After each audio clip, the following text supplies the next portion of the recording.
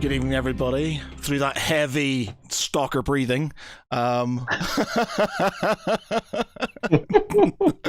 I don't even know where to start. Everybody, Matt Geary here for Geek Pride Dungeons & Dragons 5th edition campaign, The Legend of Our Sacrifice. With me tonight, we have Conrad as Arno Jerkel. Hello. Michael as Tharaval Eldon. Welcome to the party, pal. Wes as Valashul Nostius. Time to unite Balin. Dave as Thomas Moonstar. I'm still hiding. Mark as Lance. I'm making a list and I'm checking it twice. And Danny as Galandra Rivenstar.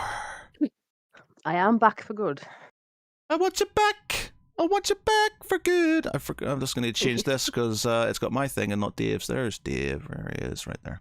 Okay, so so we've got a lot to unpack. This That's putting it lightly. This episode. So for those who weren't with us for the second clusterfuck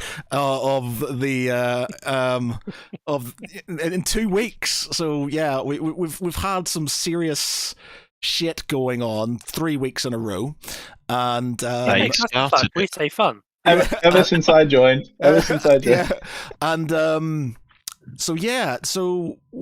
god, how do we start? So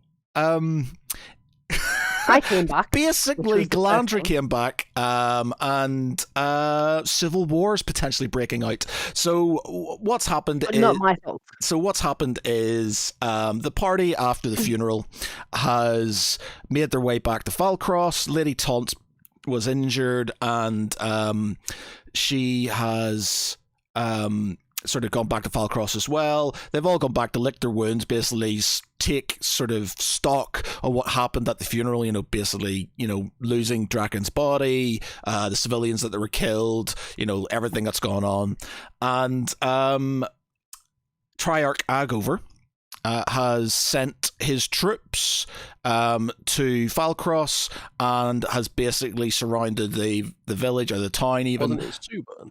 Super, yeah, sorry. No, it was Super. Okay. My bad, yeah, Super.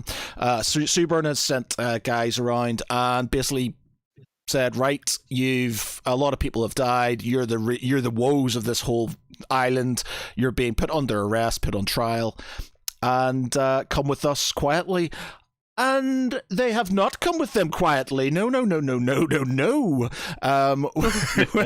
We firstly we had a few of them just hid, and then the two Billy Big Balls, Lance and Valashul, strode forth in front of the men, and basically went, "Yeah, we're not going with you.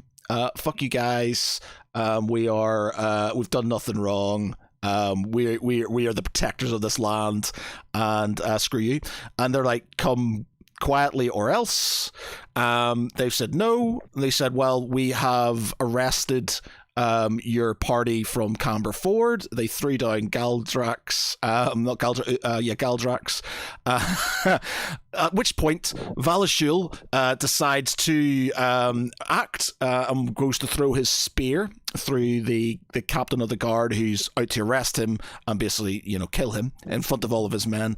Galandra, seeing this, stops him, but unfortunately, while on my knees, stops him, but she doesn't stop Lance, who beheads him. She beheads him. There's basically oh my god, what the hell's just happened? They managed to persuade half of the troops to join sort of their side effectively. The other half are like looking a bit sort of not sure what to do. And then Lady Taunt basically realizes that this is now escalating and says, right, we need to do something about this before more, bloodshed, and has basically accepted Valashul's coronation. Queen of the Isle, Empress of Balon, I think was the the entitlement, and so she has managed to persuade the rest of the 200 soldiers, to take their side with them. We now have a situation where there's potentially civil war going to happen because, I'm not sure how we're going to get our way out of this. So we have a few options here, and now Wes/Valashul has said he has something that he wants to do. So that might change things, but I'm going to show you what I have options wise for you, and then you can decide what you're going to do. And don't worry if you don't want to do it this way. It's fine. It's not an issue. It only took me a couple of days, so it's not a problem. I'm used to you guys not doing what I want you to do, so you can do whatever the hell you want. But all right. But screw you guys. Screw you guys. That's why I didn't go into massive detail into the mechanics of it all. But we have. Where is it? Two options. You can literally, if you decide to go down this route, we can just RP it, roll some dice to see what happens, and fast forward everything. Just kind of go, I want to do this, we'll roll some dice and see what happens. If you get banished, you get banished. If you succeed, you succeed, and just sort of that's it. And we sort of move on. If you want to play it a bit more in depth and go a bit more in depth into it, I've sort of created basically a Civil War map with points of interest, resource points, armies, which are like the shields, navies, which are the boats, Racelians, which are the things on the left, color-coded the area for taunt for red, blue for Suburn, and green for Agover. I've even put in some rules for how things could happen, which you can probably see here. Basically a culmination of lots of war games I played in the past and just sort of jam stuff together to see how it goes, and we can talk through that. So this is an option which you can do if you want to. Basically there's army actions and you raise your forces, and then you can do your player stuff. You can go off and do things as you want to. You can attach yourself to units to help them out. You can do diplomatic stuff. You can do what you would generally do as a character within the thing, just as an action within the grander scale of the map. So those are your two options. As that stands, I'm not sure. Bad you don't go down that route now, because look what the hell you've done. Yeah, I was just thinking the same thing. I was like, option one sounds like the quickest. We can go for that. I don't want Civil War, but I mean, do you actually work like in the daytime, or is this all you're doing? No, like I said, it was done over a couple of days. It's done over a couple of days and stuff. I've even done some sort of depending on how good things are with people. There's going to be cities will be loyal to you or not, and then there's potential of rebellion and stuff like that, etc. But so we. See, I'm not sure how you want to do this, because if the thing that you're going to do / say, is this something you want to put to the group, Valashul, or is this something you're just going to do? Do it without the group. So you're just going to do it? I was, yeah. Okay. Is it something... Tell you what, should I read off my plan first and see if it's at all doable in the first place? Okay, yes. So I'm eating Easter egg. All right. Okay. Same here. Honey, wait till Sunday. I'm pretty sure this was Oscars anyway. All right, so is Gibbon with us at this moment? Well, you're not sure where Gibbons is at this moment in time. You told us he was in the jail. He was. You said he was in the jail, but your place got surrounded, and you don't know where he is. But if he was in the jail, I'm going to assume no one took him out of the jail. So okay, that's my first plan of action. Then find Gibbon. Okay. Gibbon. Mr. Gibbon. Yep. Sorry. I didn't even know why you guys didn't like him. I had to ask Matt after the last session, like, why don't we like Gibbons? Because he double-crossed us, stole some of the Dark Essence, and then fucked off. And then has now been portaling in bad guys for the last sort of, month or so. Okay. Just because he's got the name Gibbon. Okay, so you're finding Gibbon. So the next step after that was convincing him to open a portal into Suburn, or if it was at all possible. Okay. At that point, I was gonna ask which members of the Dirty Dozen survived,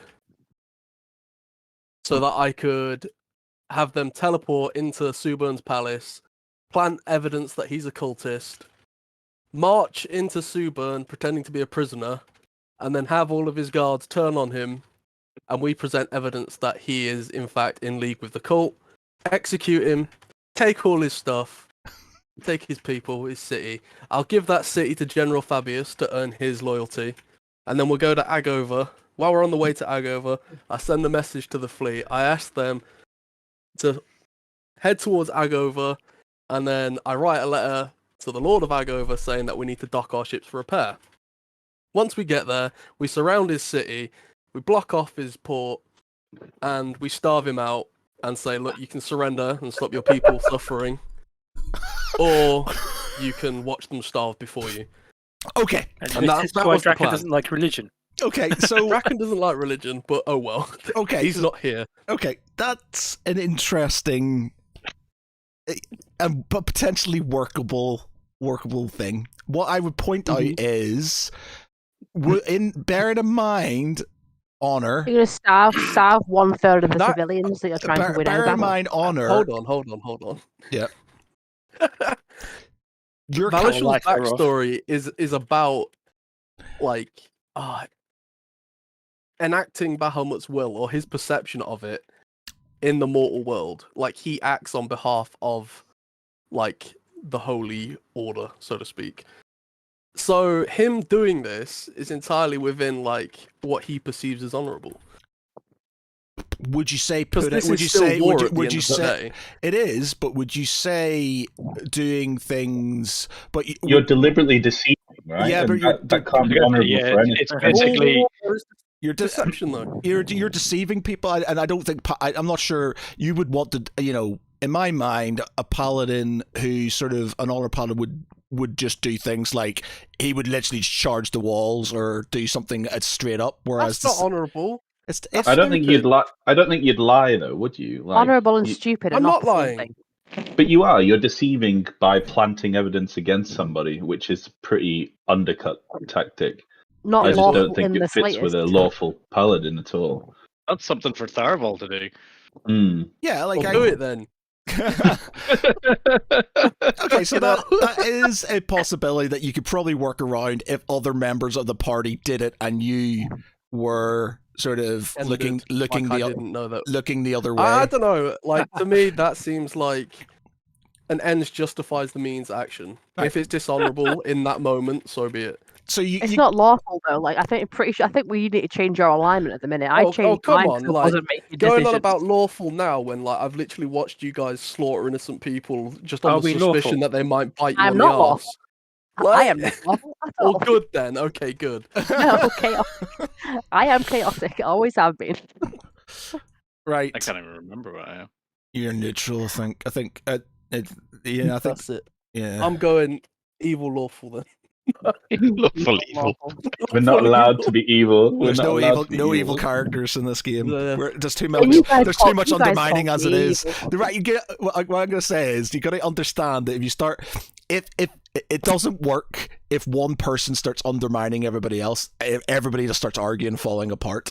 I've been in too many groups where one guy just kind of does the thing and it undermines, and then it's just like message. So I always had that rule that if you're going to be evil, fine, but everybody has to be evil. Everybody has to understand that shit's going to go down, and that's just the way it's going to be. It's going to be backstabbing. I mean, everyone did understand on an OOC level. Everyone understood that this civil war would be bloody. Yeah. In some capacity. Yeah, I can understand, like, I'm not saying you can't do this. I'm just saying you have to do it. I would maybe, if Well, you know what? It's not up to me to decide. Like, if you think you can justify it to your character, that's the way to do it. That's that's fine. As long as you can you could justify that as being an honorable sort of warrior of Bahamut. Then if he would accept that, if Lady Taunt would accept that, then fine.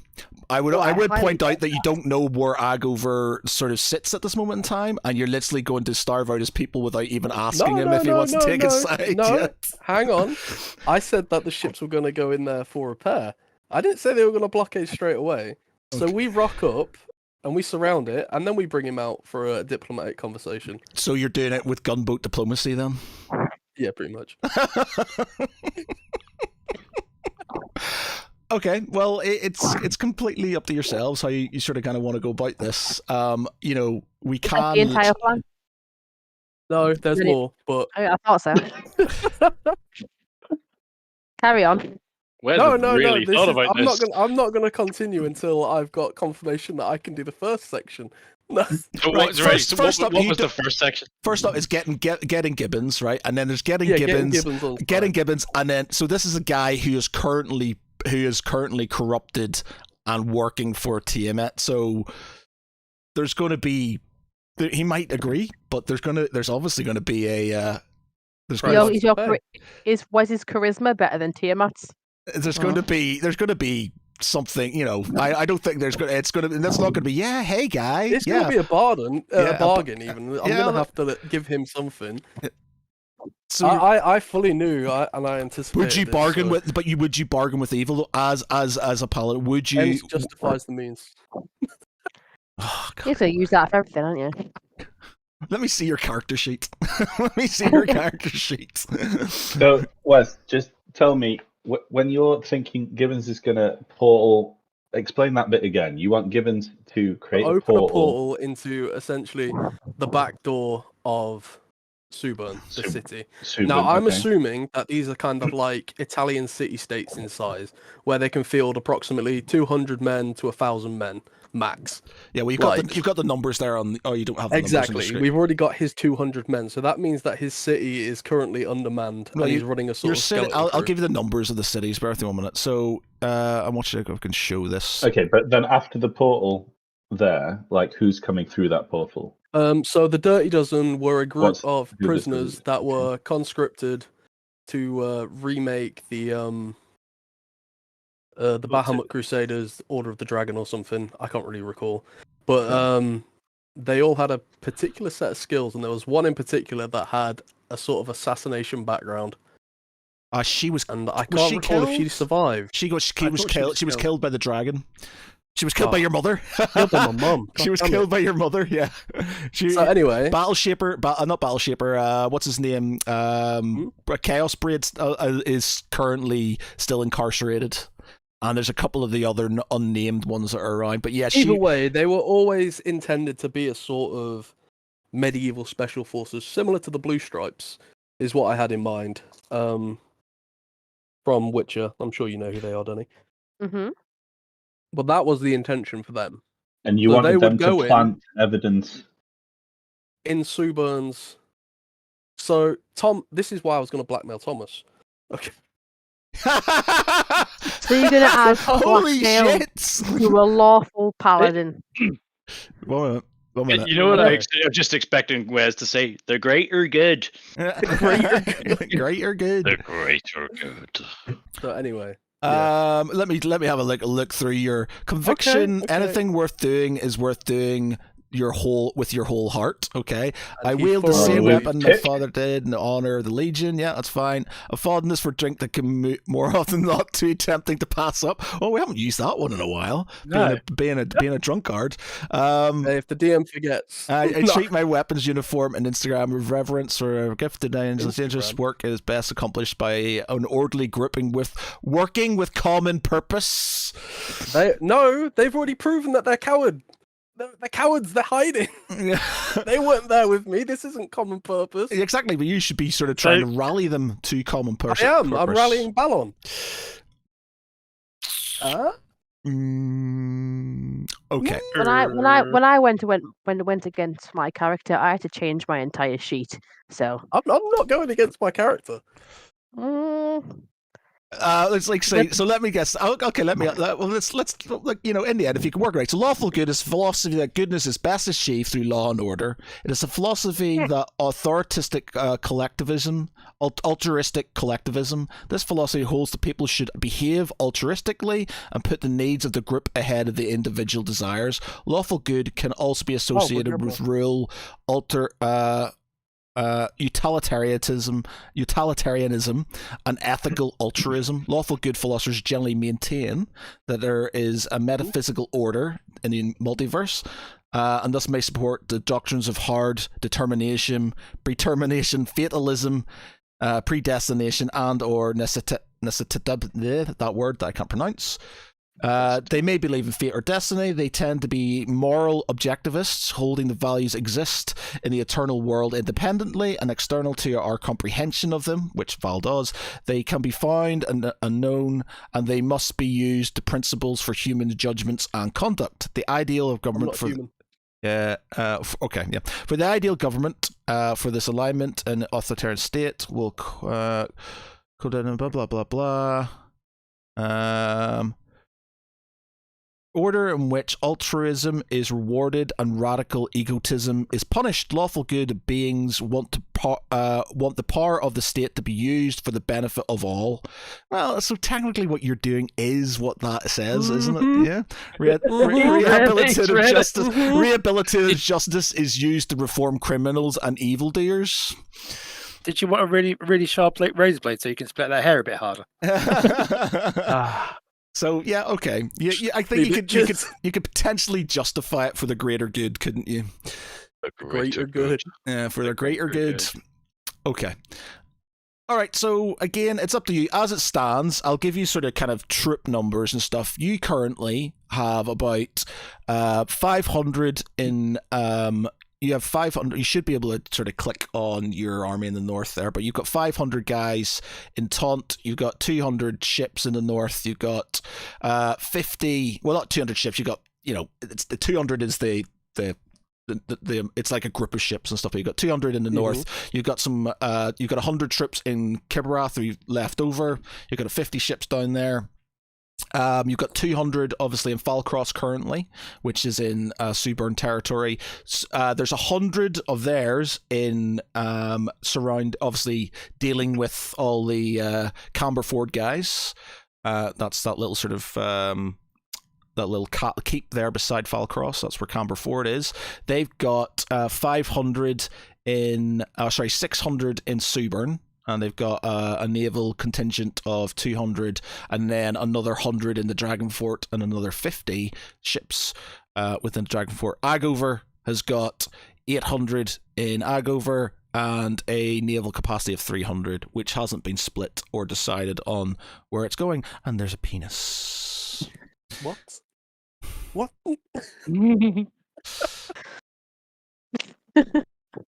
All right, take the penis off. I can't get rid of it. You disrespectful I don't know how. I don't know how. Go to the drawings and clear drawings. So yes, you have currently got You've got 200 in your not 200. So you've got 200 in the north, ships wise. 500 troops in the north. You've got 50 in the south and 100 troops in Kibarath. You can split your forces if you want to do that way. Around. If you do it this way, if you're just doing a sort of we're rolling dice and stuff, you can, the numbers don't really matter that much. Go to the pen and press clear drawings, the Hydra, and then it says clear drawings. It doesn't say free drawings anywhere. It says freehand. Did you just select it and press delete, Danny? Yeah. Drag and drop a box over. Drag a box over it and then press delete. She's Make sure you've clicked on the arrow rather than the pen. Yeah, select move. Oh, select. Oh, there you go. So yes, so there is troops nearby in Camberford that are sort of, where your sort of the rest of your sort of compatriots are, what the Dirty Dozen and the rest of the Dragonborn. you have obviously a small contingent of Suburn forces that are on the border with Taunt lands towards Suncrest. And then obviously Agover is an unknown quantity at this moment in time.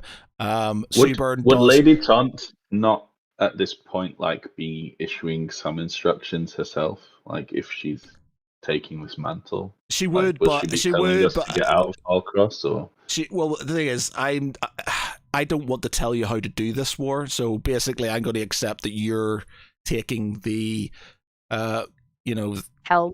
I might sort of push some things in some directions, but in general, this is, if you do it this way, this is your war to fight.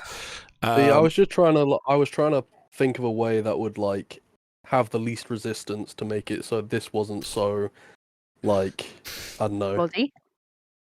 So bloody, and also didn't take up too much time. We weren't spending weeks doing this in case Matt wanted to push the narrative on. I'm thinking, because this can work out, because it's like you forget how much Matt loves war games. Yeah, it doesn't bother me, what you want to do. Like I said, you can sort of kind of within it, this thing, we can do stuff and then go off and do stuff within it. So we can, it's up to you. We can sort of go back and forth. Plenty of side quests. Yeah, we can do side quests. Back and forth, and if things happen, we can sort of if certain things happen, we can sort of kind of move in, sort of zoom into the map effectively and do stuff whatever you want. Or we can literally just do, I'm going to do this, I'm going to do that. Let's roll these dice and do that, and it's not an issue. I don't mind doing that way. It's up to you, completely up to you. Can I just go back to the Subin thing? What evidence were you trying to plant? Okay, so we have gathered a bunch of cultist daggers throughout our time, which are kind of symbols of who has allegiance to the cult. We've also intercepted letters and their writing style, their language. I know that Thomas has a memory for these sorts of things, so that's where he was going to come into it. So we were talking about. You can't Where get are away all with these this. daggers? Where are all these daggers collected? I'm fairly certain that one of us has them. I think at least one of them. Tharavel has a couple of them, I think, to be fair. Yeah, So- I may or may not have one of their dragon bracelet things. And would this, how would this, once planted, be unveiled? Oh my god, that really scared me. It's the calm before the calm before the storm. It's common knowledge that Val can root out evil with his nose. Whether or not commonly accurate. Yeah, I can say that I can sense it, and then we can search his premises for him to prove his innocence. And when we find evidence of the contrary, then he's the one who's going to be standing trial for his crimes of treason. Would they really just do that, even though we've said it? Because we've literally just beheaded the captain. I don't think they'd just take our word for it and be like, yeah, but they tried to wrongfully imprison us for falsified crimes. So yeah, so they us coming to them is kind of well, actually, we're here. Okay, I've got a proposal for you, because it's interesting, but this would all depend whether Val would be sharing this plan amongst the party or not. Would you be basically voicing that you've got this plan to plant evidence to overthrow Subin, you're going to use Gibbons, and no one can stand in your way, kind of thing? It really or would depended. You just walk I was gonna lay out the plan and then let the roleplay kind of take it where it needed to go. If no one wanted to actually help, bring the war to a quick conclusion, then so be it. And I'd have to come up with a different thing or other means of getting the resources I require to enact my plan. Okay, actually, before we move on, not everybody's decided where they stand first. All right, so we know where Val stands. Lance, I guess you stand with Val, but I'm not sure if you've confirmed that or not. Right, so let's put this straight. The reason I was there was that I was trying to call them to make the right choice, and then the reason I got rid of the captain was because he had wronged people that we'd sworn protection to, and was acting in a dishonourable manner. If Val can convince me that what he's doing is, if I'm convinced Val is doing something that's right, then fine, I'll back him. I'm not necessarily convinced at this point in time because he started twirling his moustache and making very odd laughing noises. You are aware that you cutting somebody's head off with all these and what's going on is a potential a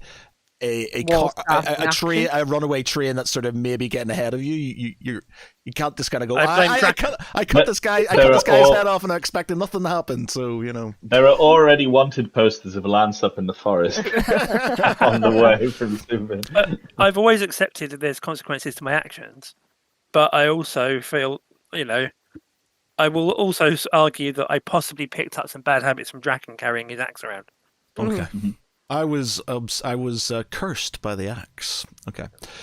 All right, so that's a persuade me. Let's go to Thomas. Where are you sat at this moment in time on this whole thing?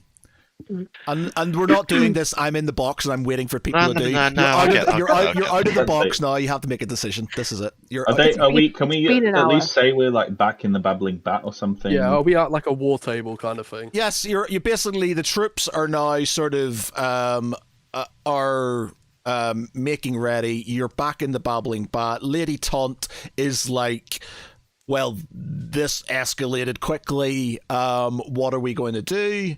And coronation evening, and she's just kind of she's looking a bit stressed, and you now have to decide where you stand, what you're sort of how you're going to deal with this situation, and then we can move on to what's going to happen next. So everybody has to put their line in the sand now. So we're going to go for Thomas. Where are you at this moment in time at the situation? I think we've had quite a bit of battle recently. We've been fighting the war, and I think dividing our forces now and fighting on two fronts is not going to help us. I know we need a united front in Balon. We need to make sure that Balon's protected, but we can't take our eye off the enemy. We need to make sure that we're pushing them and pushing them back as much as we can. Okay, and so what does that mean with your view on this? What that means is that if Valashul has his grand plan to have a united Balon all under Lady Taunt and Empress of the Isle, etc., if that all works out, great. We've got a united front. We've got a good base to start from. But if that's going to devolve into a civil war, I think we need to think again and go back to the triarchy and say we cannot fight on two fronts. We have to fight the enemy, and the enemy, being the corruption and the agents of the corruption, need to take all of our time. So okay. So and I'm just sort of kind of throwing out I'm spitballing here with you. So you've got a situation where you have, for all intents and purposes, named Lady Taunt as Queen of the Isle, Empress of Balon, and you have basically persuaded Suburnian troops to join your cause. So I also remind everyone that the captain denounced Lady Taunt as even being a triarch. So yeah. So it's not. You could just kind of say, look, this has gone too far. We need to have a sit down and organise this, which is potentially a way out of it, if you want to do that.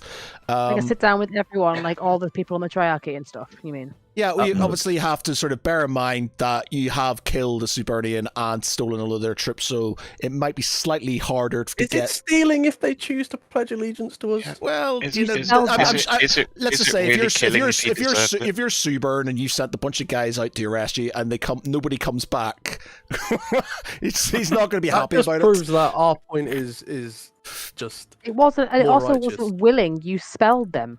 No, I didn't. You did your, banner whatever Oh, thing. yeah, you did, actually. No, that was to empower my people, the people who were on our side, in case the others decided to attack us. And then Matt did his speech, and won the arrest over. Yeah. Completely impromptu as well. Didn't even write that down. It was good. Well played, sir. So Okay, so there are options here. If you really are struggling and you don't want to if you want to prevent civil war, you're going to have to sort of do some serious diplomacy. But I'm assuming.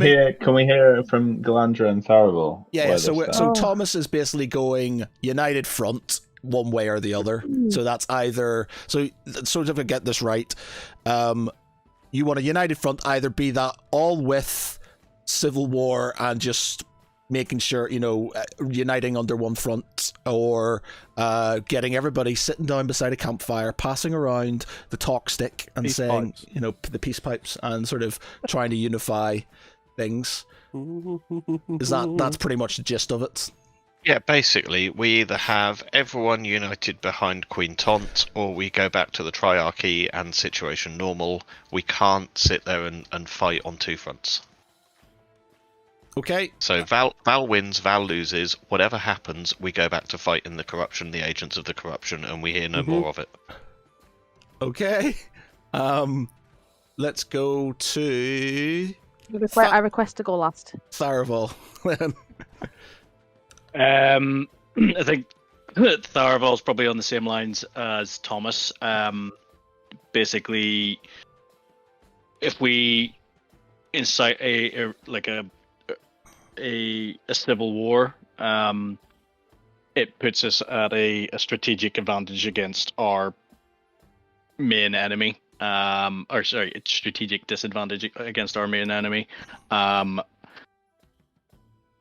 So basically, I think from Tharavel's point of view, it doesn't matter who sits on a throne or whatever, or who's in charge.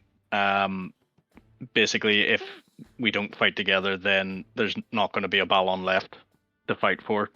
So basically, just quit the bickering of, as Danny would say, having a cockfight of who wants to lead the way, and just lead your armies, but together. Okay. Arno, where are you at? Arno's still not there. That's just cheating. No. Getting out of making a decision and role playing it. No, he'll turn up soon. Don't worry. But he's waiting to hear what's, well, I don't know. You'll see. Arno Bilbo Jekyll. Okay, Galandra. Well, right, okay. And what would Galandra do? Not what would Danny do? Which is really hard to define, because Galandra was 2 years ago and I've changed a lot since then, so I'm trying to think what I would do. I mean, I'd probably try and bed Lady Taunt more times than usual, but... like more times than usual? You haven't done it yet, she's... Yeah, well... You haven't got that friendship bar quite up there yet. Not enough gifts. At least I didn't try and kiss her the first time I met her on a stage. Who did? Like I've been wooing her. Word. Well, obviously Galandra would be happy to see Lady Taunt leading everyone, but she is more swaying towards the way that Thomas and Tharavel see it. Obviously having been corrupted herself with the darkness and the demon baby, and obviously I've seen a lot of shit in terms of like the corruption. I feel like that would be a slightly more pressing kind of need than arguing over religion, and especially like considering the whole of Balon like is already under, like everyone already believes in Bahamut. It's not so much a holy crusade as it is just a unifying front. But yeah, okay. Yeah. So yeah, I think I am slightly more swaying towards going against the corruption rather than having everyone divided. I don't think I don't have a spare 4 hours to sit down and do battle makeup either before we do battle. So, I mean, that's a big decision. A big decision. Oh, I me, forgot about so. the battle makeup. Yeah. Okay. Yeah, that's awesome. Okay, so we've got we got 3 of them who basically are pushing for a united front, and I think earing towards a diplomatic solution. I could come up with a few rousing things to say if we did the whole everyone sit down and talk about it type of thing. So now everyone's had their point. Can I stand up and make a closing argument? Okay, go on then. What did I want to say something? I thought he wasn't joining in until he decided. Well, I just after that, like at this point, would Val be doing that, trying to convince Lance thing and laying out the plan? I just want to know if the plan. What's your view? Are you basically hearing everybody's views? Are you pretty much set on trying to persuade them that this is the best way? Still, because you can do. I'd say he wouldn't have revealed his plan until he was sure of who was on side. Right. So right now it's just discussing whether or not we're going ahead with a diplomatic approach or seizing the day, swift victory kind of thing. Way to be one-sided. Like Northern Irish politics. Oh no, we're far more logical than that. Yeah. True. What Arno does next is very much dependent on whether Val reveals that plan or not, I would say. So I just need to know if you're going to suggest. So everyone said their piece. Okay. Lance is still waiting. Yeah, it's like he's got to say something. Yeah. Okay, so first off, I understand that you're a little bit upset with me shortening the captain. But I would point out that in the situation we're in, one of the things that separates us from the corruption is our sense of honor. And we had given our word to some people, that we would protect them and allow them to build a new life, which, whether it is the Triarch or whether it was just the captain's decision, they had made it very clear they didn't value that. So not only do we need to be united, we need to be sure that we're all united in how we look at things, because otherwise the corruption can take that and twist it behind us. We've seen it. We've seen it a number of times so far. So while I accept I was a little bit abrupt, my point was to make was that the end does not justify the means. And my concern is we're in a situation where we may go down that path. Now, I won't deny, I made it very clear to people that should they wrong those we defended, I would take that oath that we'd made very seriously. But we also need to consider that if we go rampaging across the island, firstly, we're going to be burning through resources and leaving ourselves weak. But also, we may become that which we sought to destroy.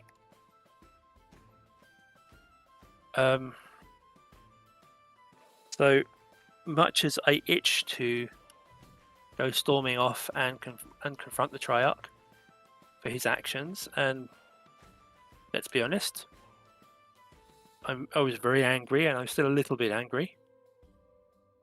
I feel that we would be better off appealing to the other Triarch behind Lady Taunt, so that the Triarchy can then make an appropriate vote and take the action they need to reunite things before we all end up at each other's throats. But we do need to. I would argue that should Lady Taunt be in agreement, we do need to ask that a fellow Triarch be held responsible for his abuse of his power It is technically his sort of, because the Triarchy sort of kind of split up into sort of kind of regions. It is his region. True, but we had been ceded control and we had made promises of protection, which they were aware of, and he chose to try and use that as a lever. And so I would argue that if we can get the other two members of the Triarchy to agree, he should be held responsible for acting in a way that is more the enemy's way than our own. Which of the Triarchy is a knob? So Suburn, Agover's an unknown, and technically there isn't a third because Alistair's dead. So it would arguably go to Lady Taunt to become the next Triarch in Taunt, but obviously Suburn's kind of gone. No. Don't like it. Yeah. Nope. I was just thinking, like, how do they vote in a new Triarch? Like, I vote for myself. I vote for myself. Yeah.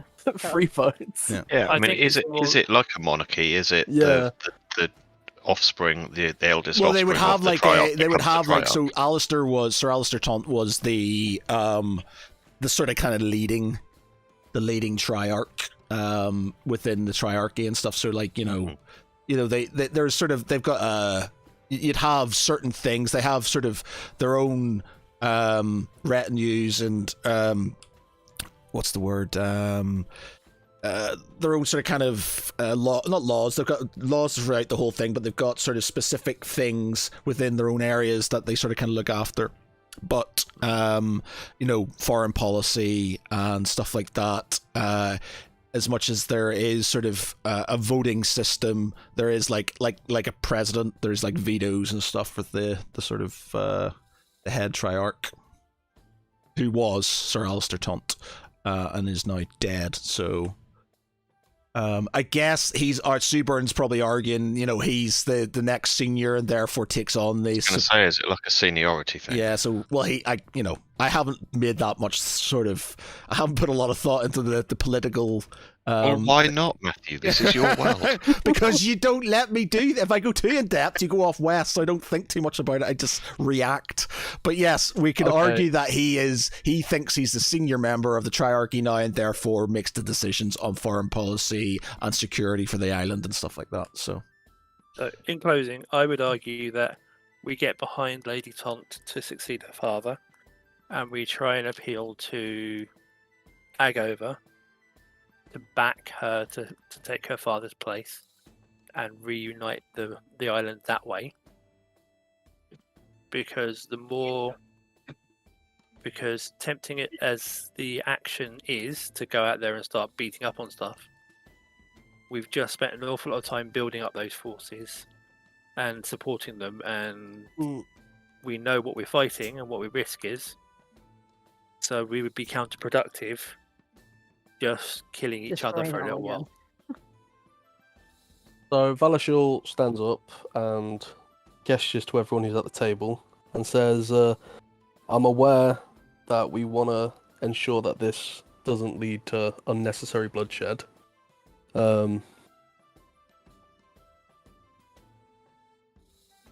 So I've been conjuring a plan of swift, decisive action, bring about as clean a victory as possible. Balon would be better suited with one voice of authority, ordained by God, Bahamut. Sorry. Than it would be 3 bickering triarchs and politicians. One final authority, one unified land from which we can fight back against the corruption. Are you then going to explain your plan to them, or are you? He'd gauge people's reactions, whether or not they were moved by what he said, or do you want? And then he'd reveal his initial steps to how he could achieve victory against Suburn. Do you want him to roll for this, or? Well, we can if you. Well, it's up to them, because if they sort of if there's no way that your characters would be convinced in any capacity, then I won't roll, and I'm perfectly fine to just argue this. I think there are 2 things that we need to understand reactions of people. Number one, in using Gibbons to make the portal, and number two, how they feel about actually just bringing down Subin to make things easier. And then all the things around working with Agova to get his support for Taunt and potentially turning this into a, what would it be called? Duarchy? Diarchy?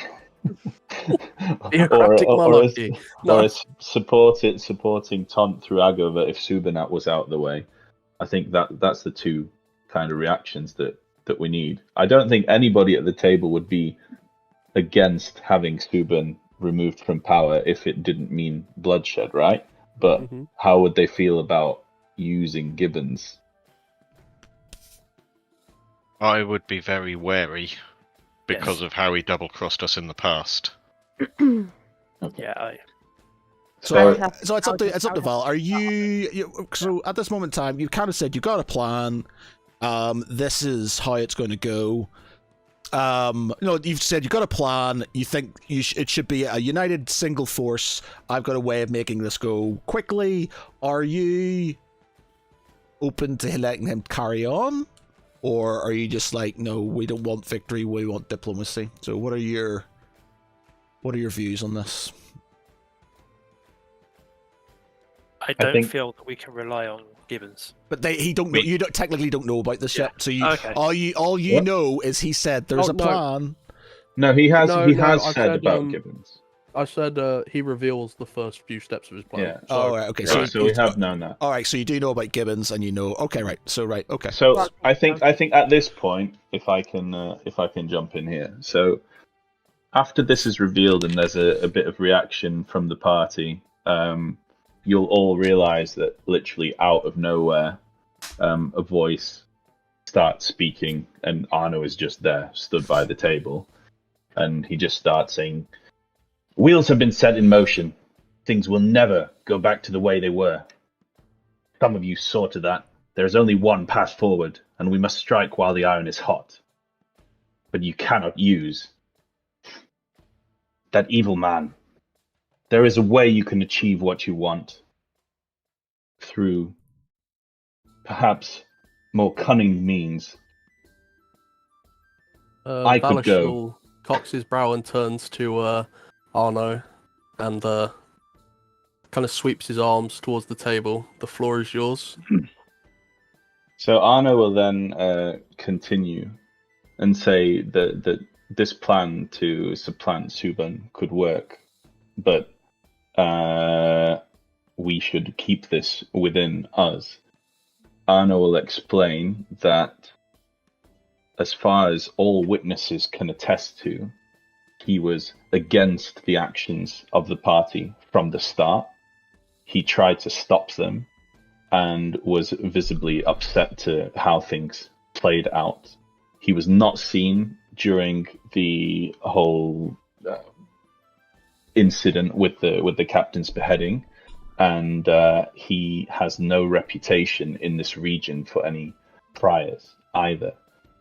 He suggests that he goes or sort of flees to Subin, explains that what has happened in Falcross and what the party has done and how much he is against that and how he would like to align with Subin to feed him information to take over the region. But at the same time, he would plant the evidence against Subin until a time where it would be revealed and ultimately cause his downfall from within. Can I roll insight to see how much conviction Arno is speaking with? Yep, you can. Yeah, sure. Okay. Yep. Interesting. When I can find my sheet.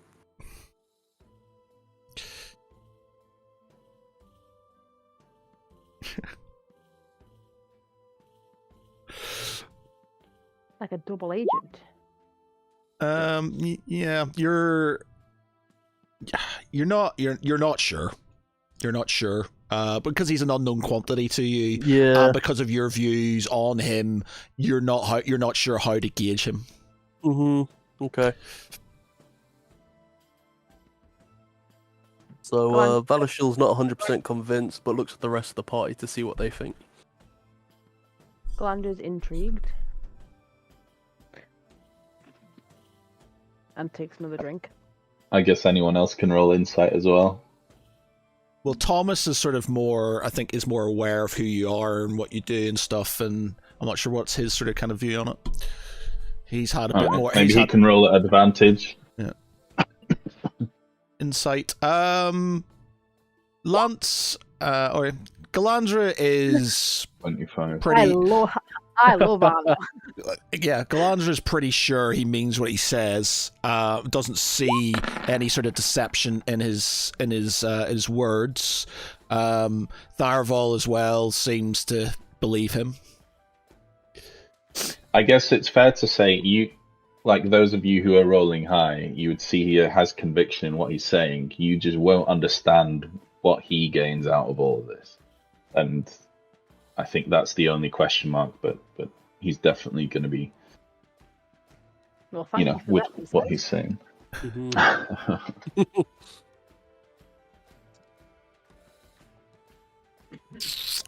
Okay, so what are people's views on this? So it's literally you're enacting Val's plan, which I will say could go wrong. So just be aware that if it does go wrong, then it'll go wrong, depending on dice.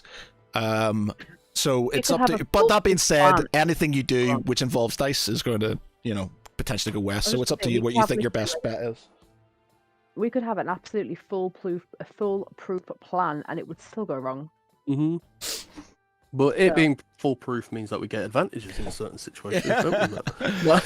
I'm not going to actively. I don't want to have a super complicated sort of messy thing. So it works for me for things to go easier. But I'm just sort of. Arno will also say that he may or may not have some proficiency in forgery. Because you mentioned having certain letters and documents that if you had, he would be able to replicate to a almost identical standard. Tharval's interested in this.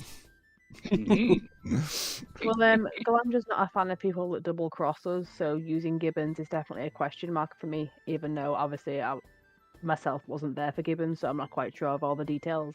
But obviously I'm not. I wouldn't be a fan of somebody who was already set out to, be against us from the start. Anyway, I suppose the argument with Gibbons is that he was consumed. He wasn't sort of like, it's not him. It's basically he's been possessed effectively and stuff. But it's not I'm not sure your views on him. You might feel like you can sort of turn him back, or is he too far gone, or whatever. But yeah. I think, to be honest, Thomas is more interested in whether he can learn the portal ability from Gibbons, and then we don't have any more use for him. Interesting. And then murder his ass.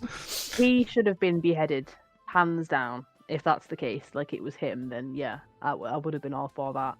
Learn his spells, then behead that one. That's a Galandra thing. Learn everything you can. Then it's the time. Oh, what was it? Was it the time mage? What was his name? The mind mage. The mind mage all over again. Give me all of your shit, and I'm gonna kill you. Okay, so what are people's views on plan? What are you doing? You can have a vote, or it's. I think Tharaval, despite sort of not entirely agreeing with the sort of ethical means to carry this out, it still, Tharaval, he's a bit, he is a rogue anyway, so he doesn't always do things by the book. If it means that there's no bloodshed, or it will reduce bloodshed, and it speeds things up so we can actually face our true enemy, then he is okay with it. Although he, Arno had said that keeping this amongst us, that basically we all need to be aware that if things do go wrong, for the basically for the for Balon, we need to accept the punishment that could occur from that, to instead of standing up against it and trying to fight it and causing more problems. Basically, if we succeed in doing what we do and it brings Balon together, good. If we fail and it's basically they punish us for something, we have to be willing to take that punishment if it's going to keep Balon together. No more head choppings. Yeah. Basically, it's provided, like if, well, I'm not going to agree with like head choppings off because somebody is blackmailing you and stuff like that. But basically, if as long as Lady Taunt and stuff like that isn't going to get brought into it, and it is just amongst the party, then he's happy to go along with it. In fact, he would actually even offer a hand to Arno if himself and Ceravel. Basically knowing that if he gets caught out on his own, he could get killed or injured or whatever. Okay. Other views? Or people generally accepting that this is where we're going? Val is hesitant to accept, but he says so long as we have a contingency plan to potentially make up for anything that could go wrong. Arno's an unknown factor. He's not known to be associated with us, whereas you and Ceravel are quite well known. Well, I suppose that's another good reason for the two of us to go with him. Not necessarily if you want to remain incognito. How do you mean? You're talking to the people in the invisible skybox about being incognito. Oh yeah, but we were saying like basically Arno's going because nobody knows him, and he can go in and make up a story and do things. Whereas, as much as you're stealthy and stuff, people know who you are. You got reputation in the area and stuff. So that's where spells come in. I think that there's no. Arno would say that the only thing that would work here is if Arno was supplanting Subern's court. If you wanted to come along, staying in the shadows, you would have to keep your distance. That's that's the idea, really. Mm-hmm. It's not just to basically sort of stay on the outskirts of Subern, basically, and then we could also communicate through certain means. And yeah. Daryl has underground contact. You could all meet in like the alternate universe that you seem to both love. Oh, I've got music for that. From your private collection. Secret tunnel. I think you've actually played that music many more times than battle music or the tavern music. Sex music's been played a lot in this campaign. Okay, so Valashul says then, follows up with, how will we know you've completed your objective? Oh, this is amazing music for you son of a bitch, I'm in. Well, how would you want the sort of the unveiling? Then there needs to be some sort of call or demand for Subern to prove that he's innocent, and then basically if that call is coming from Lady Taunt or the other Triarchs in general, Arno would then work to try and convince Subern that he's completely innocent, he's got nothing to lose, let them search and be made a fool of, and then that's when they find everything. Interesting. So Arno can kind of be there until that call comes, and Farival can work in between. Valashul says he looks at Farival and Ceravel and takes out his familiar banner and slides it across the table and says, once Arno has achieved his objective, raise this above the gatehouse and we will know to march in.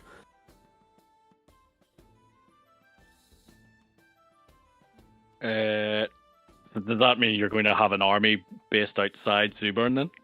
But yeah, well, this is the thing. Are you going to have an army in, or are you just going to have a delegation that says, you know, we've heard there something? is own men, so we can technically use that as our advantage to march straight through his gates. We're going to have to roll on if he's been warned or not, because you know there will have been people within Valcross who would have run off and potentially warned him. So that's fair, but I mean, rumors of a peasant.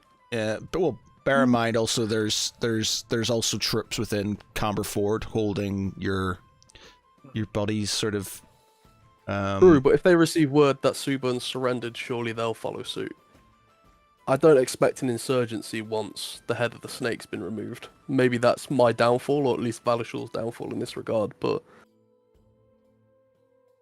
Also, you got to bear in mind, you have, like, I'm just playing devil's advocate here, you have basically said in front of everybody within this town that you want to basically crown Lady Taunt, and she, for the sake of trying to make sure that there's no more bloodshed, has said, yeah, all right, cool, you know, just take my side, you know, we need a united front.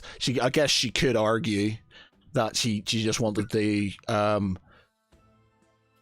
minimize the damage and stuff, but I think she would say to you that things are becoming quite things are sort of escalating quite quickly here, and you know there's lots of things to be done. Obviously there's people within Filecross who aren't happy at the situation at this moment in time, so there will be people within Filecross who aren't happy with you.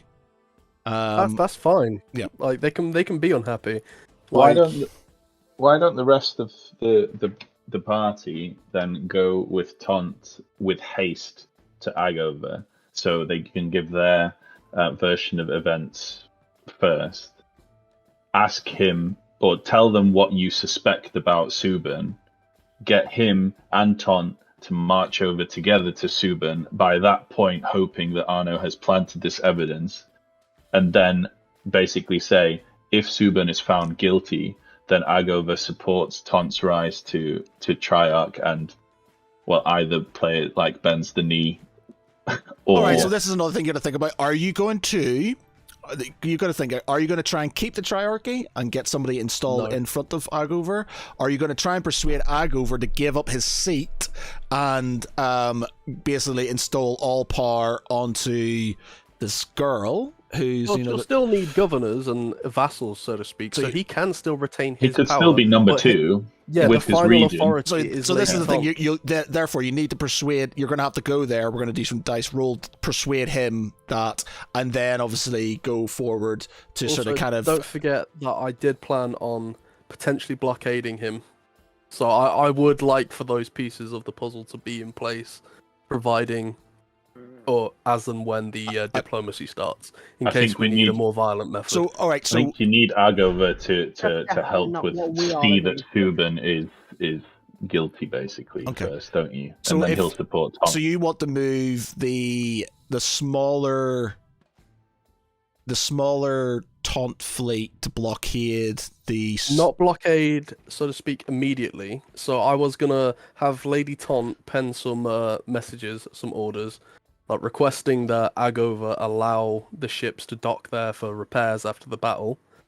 The Admiral would also receive a letter with instructions to burn the message once he's read it, that it's a fake order and he's just to stay there, pretend to fix up ships, and wait for the signal to blockade. Okay. Alright, so there's a few things to go. I will advise that if you don't persuade him, you do go there and he's like, nah, and then you do your surprise attack. You basically take him out, and then you joint march. You're going to have to sort of maybe quell some of the countryside, because they're not just going to sit there and go, okay, this is how things go and stuff. So I'm not going to make it overly complicated, but if it goes the way you want it to go, then easy breezy, then it's fine. He can persuade his people. But if it doesn't go your way, there are going to be knock-on effects to that and stuff. So just bear that I in think mind. it's 3 tiers, right, Matt? You've got one where we can convince him normally, and he might just side with Ton if he finds Subin's guilty. Yeah. Then, if he doesn't do that, then there's another chance when he realizes he's under threat that he's like, "Okay, you got me, fine." And then if it failed that one, then it's like, okay, we bring him down. It's not just 2; it's like three decision points. Okay. Well, I'm happy to go. I'm happy for you to do things. And again, if you want to sort of kind of have contingency plans, bearing in mind what forces you have at your disposal, like he has about 800 troops in Agover. As a sort of kind of basic, you know, he could probably call him more if he needed to, but currently, you know, all areas are bereft of men because of fighting and wars and, you know, what's going on. But he's got about 800 troops in there. He's got a relatively sized navy, bigger than both of yours currently, and you know, I'm assuming that navy isn't like ready though. Like the whole point of this is that Agover doesn't know. So, it doesn't know. It's basically it's in port effectively. Just, you know, but he, you know, it's not. His forces are concentrated, whereas yours and Suburn's are sort of kind of split apart in different areas. Okay, well, yeah, I guess we should kind of cut the chase on it and see if we even want to go through with the first plan and then do our rolls. So if you do that, that's fine, but you need to sort of kind of then sort of decide how you're going to. So you basically need a battle plan about how you're going to, you know, in Ocean's 11 sort of kind of, you know, this is how we're going to do it sort of thing. Step 1, Arno will ask the others to give him the, you know, the evidence that they think would be effective at being planted. So I guess any of you that would give over cultist daggers or are you actually sorry before you carry on, are you is your main aim to enthrone Lady Taunt? Is that the main aim? It's not to keep the triarchy, it's a singular person on the throne as a party or me, everybody. What are you sort of, because that has to be agreement, because if you're all disagreeing on what happens, are you keeping the status quo or just getting rid of Suburn and keeping the Triarch and and putting Lady Taunt as a Triarch with the 3? The whole concept behind the Triarchy is that they've split off from Kyrelia as an empire who were ruled by a king. They have won their freedom through the Civil War, and the Triarchy's there, so not one person has supreme power, and they're sort of a kind of democratic. It's not democracy as we know it, but sort of some sort of you know, there's basically a council that makes decisions instead of just the one person, and that's why the Triarchy is in there. But obviously, men are men and supreme power, and Suburn could be, maybe or may not be, sort of looking to sort of, with the death of Alistair, to try and sort of force himself into a more, you know, advantageous position. So you need to make a decision how you're going to go at it. Are you going for the Triarchy? Are you going for monarchy? How are you? What? I think Tharaval is for Triarchy. Ooh, interesting. I would prefer to maintain the Triarchy, but I maintain that we need to remove the one that acted in dishonestly and possibly actually has got ulterior motives over and above what he claims. Yeah, you're not sure about this, but, you know, it's just, you don't know him that well. Yeah, but it's just like, you know, that is a potential angle. Thomas? Maintaining the status quo makes sense as long as it remains stable with the death of Alistair and the installation of Lady Taunt as the new Triarch. But as I said, I don't mind what the outcome is as long as we're not going to war over it. Well, the next question would be is if we do if we sort of quieten Suburn, who takes his place then? General Fabius. Oh, General Fabius. Okay. That's who Valashul would suggest. Would Valashul And then be on Igover board? would probably take that side because Fabius is one of his men, so Fabius is his friend, effectively, so Igover and Fabius are... Would Valashul be on board with the keeping the triarchy, or does he... The issue you're going to literally have, the issue I would say He's is... already decreed that she's Empress, essentially, so in his eyes, she deserves it. So that's a no, then? No. to the triarchy. No to the try. If you put Fabius in Suburn, you're going to have Igover's control over 2 areas, effectively, of the triarchy. But then Fabius maybe that would appeal to him then. If he sees it like he's in control of 2/3 of the island, but there's one supreme ruler, it might put status quo in his favor, where he has a lot of influence, just not the final say. Interesting. I suppose it would all depend on what he agreed to. Yeah, well, these things you can put to him, I guess, when you're sort of. But you need I think you need to have some sort of coherent, united view on how things are going to go when you go to discuss stuff with him, than just sort of like. Arno will be adamant that because of how things have ended up, that things will never go back to the way they were before, and he will be adamant in seeing a sole ruler of Lady Taunt on the throne. Okay, 2 for soul leader. 1 basically doesn't care as long as it's stability. 1 with 1 who wants to It's on Galandra. 1's a tracker. You've got Galandra and Galandra. Lance. Yep.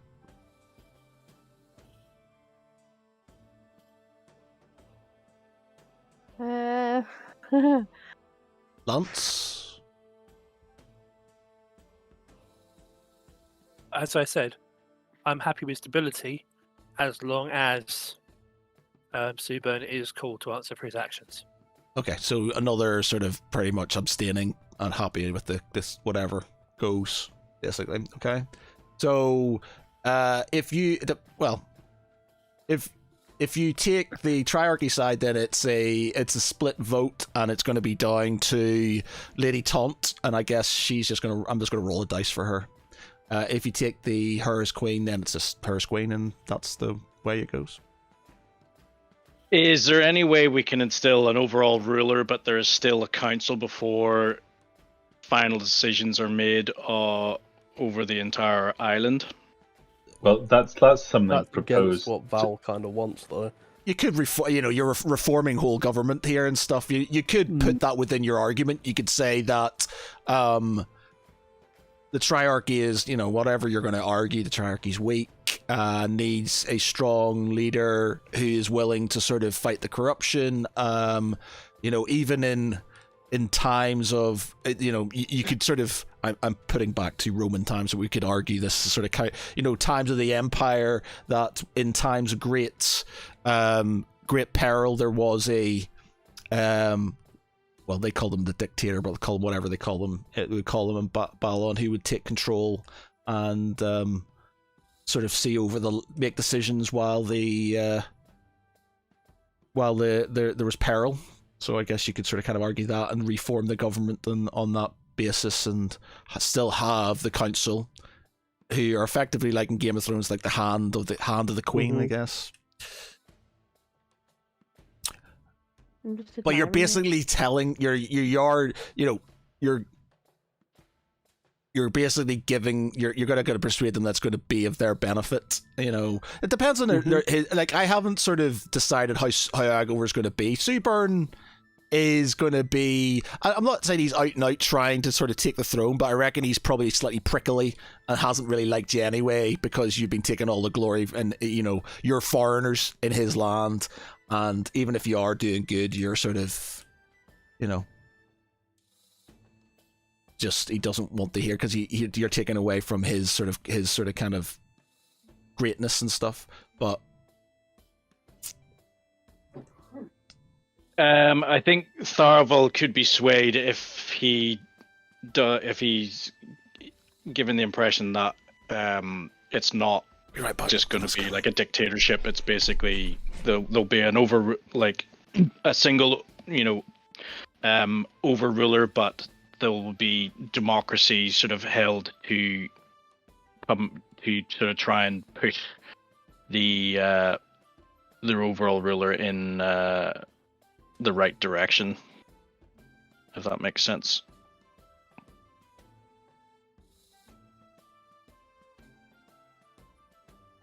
Basically, Tharaval doesn't want one person being sort of saying, because I am in charge, I make the decisions and what I say goes.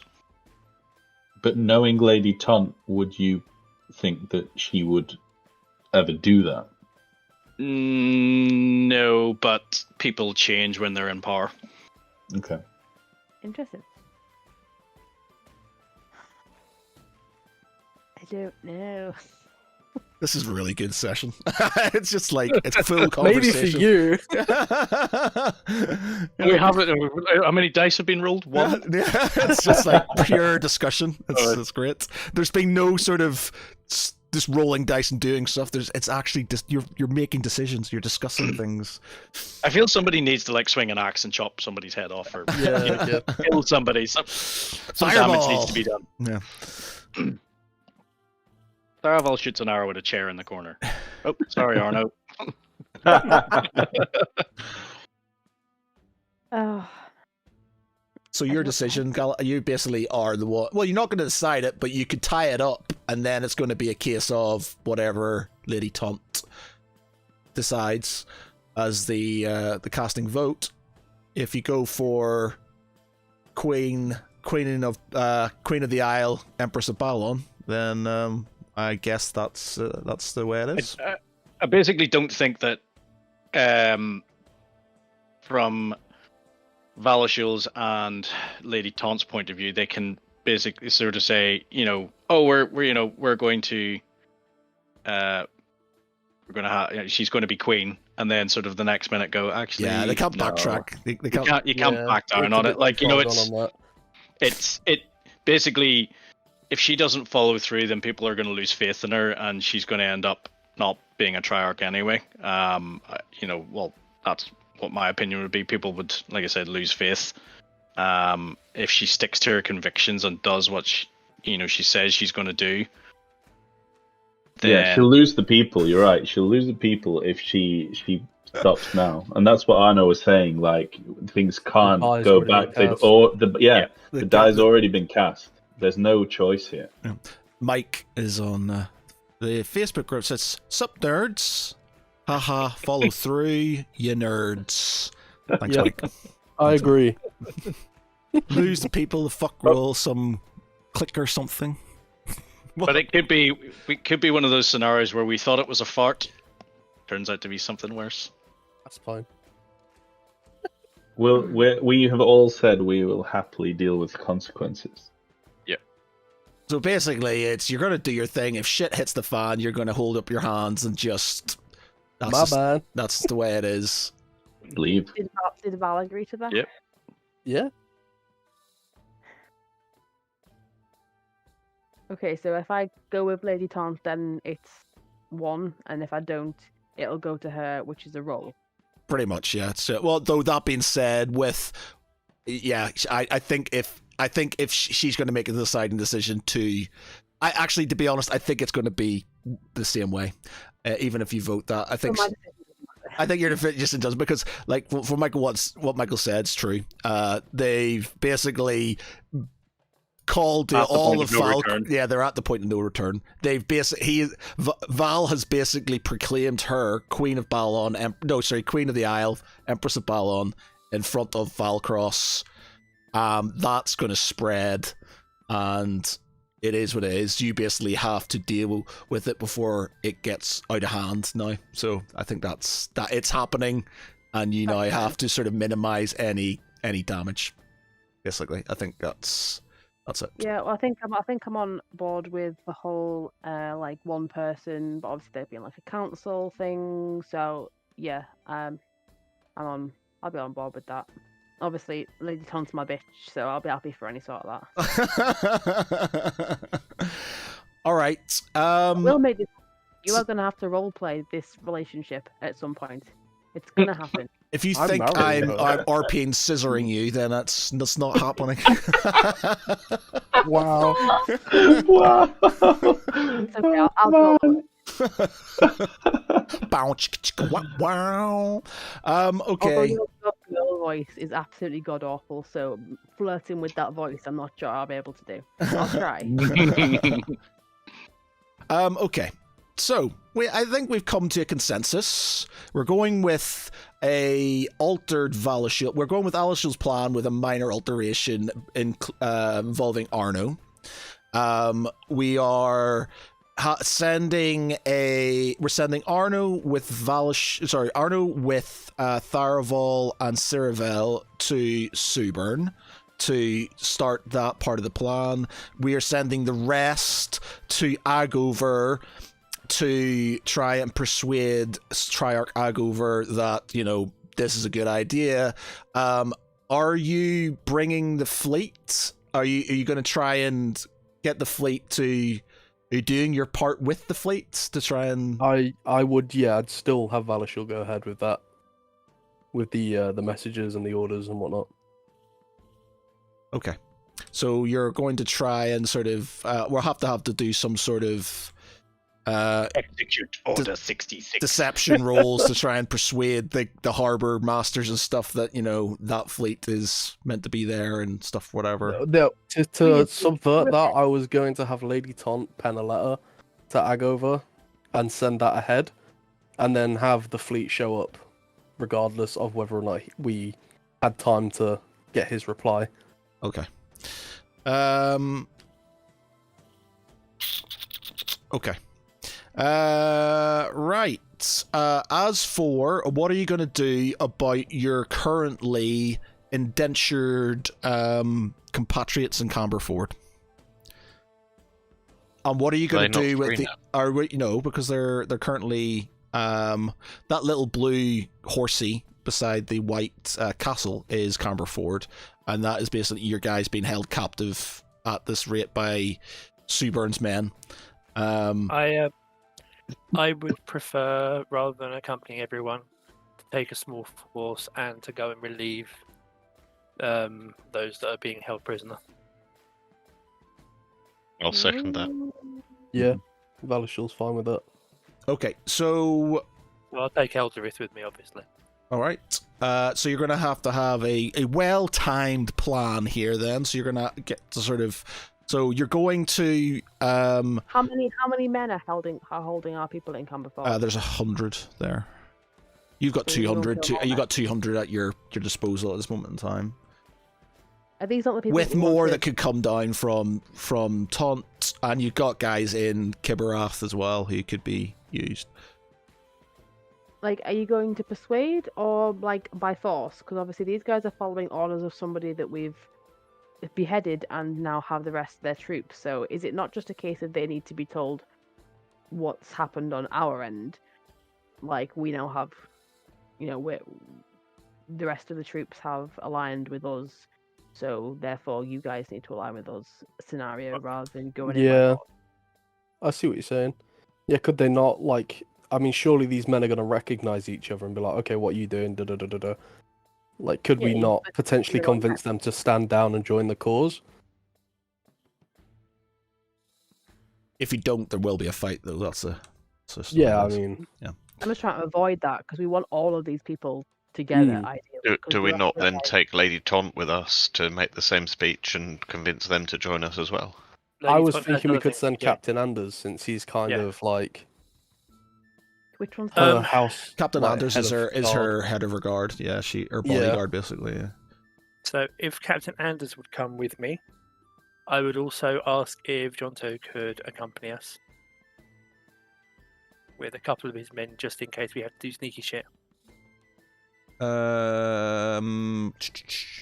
If that occurred, then the axe swinging would have to be kept to a minimum. Depends on who earns it. As long as the charisma rolls before the axe, then it should be okay. Well, what's your charisma? So yeah, but bear in mind what people's stats are and stuff, and persuading things and stuff. So You might want to Like, split yourself accordingly. Agover's going to be probably a tough nut to crack, so you're going to have your most charismatic person there. Again, Not me. Which is Lady Taunt, right? Yeah, And Galandra. and Galandra, yeah. Depends if you're using deception. I'm very good at intimidation, just not so much at persuasion. My Tharavel's persuasion and perception. Well, Saravel's probably a little bit more charismatic, but they're pretty good. Well, I mean, we've got the 200 men here. We need Arno, Tharavel, and Saravel to infiltrate Suburn, which will probably take a large amount of time. Why don't we just march on Camberford with the 200 men? It's close enough that we could just erase that threat immediately through intimidation or diplomacy, and then with that unified force, march to Suburn afterwards, while the others go on the diplomatic mission to Agover. There is a chance, obviously, and I'll just roll on it, that somebody will get the Agover at some point and sort of point out what's going on before you get there. This is my point. Yeah, I think you have to go to Agover immediately, so you have the first version of events that he is.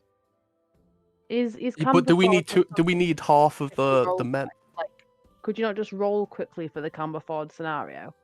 You still have to make the decision what you're doing. If you go, it's basically about this is a situation where if you don't do things pretty much as a combined operation, then people that things will filter in to Agover before you get there, or something will happen at Camberford that you're not sure that something might go wrong, and then you're there for longer than you need to be, and then everything else falls apart. We still have the sending stones, right? Yes. So. And bear in mind, you also have to, somebody has to go back to Taunt, get the fleet, and then bring it round, which is going to be. So let's say, file crosses. So that's what 5. So that's going to be a day and a bit. It's about a day, just at a force march, about a day. On horseback, you can get there in a day. To Taunt. Then it's going to take you 1, 2, 3, 4. 1, 2, 3, 4. It'll take you about a day to get round to. So it's going to be 2 days before that fleet gets over to. Sorry, 2-3 days before the fleet gets to Agover. How long has it been since the Falcross beheading scenario? You're literally straight afterwards. You're sitting at a table discussing this as an hour. Yeah. Right. Okay. There's no chance that someone's already at Agover, so we've. It may be that somebody's run. It may be that somebody's run out of Falcross, gone towards Suburn, running off, but. Would it then not be in the interest that it's Tharavel, Arno, and Saravel left as swiftly as possible? That's what I'm saying. Arno take place at the same time.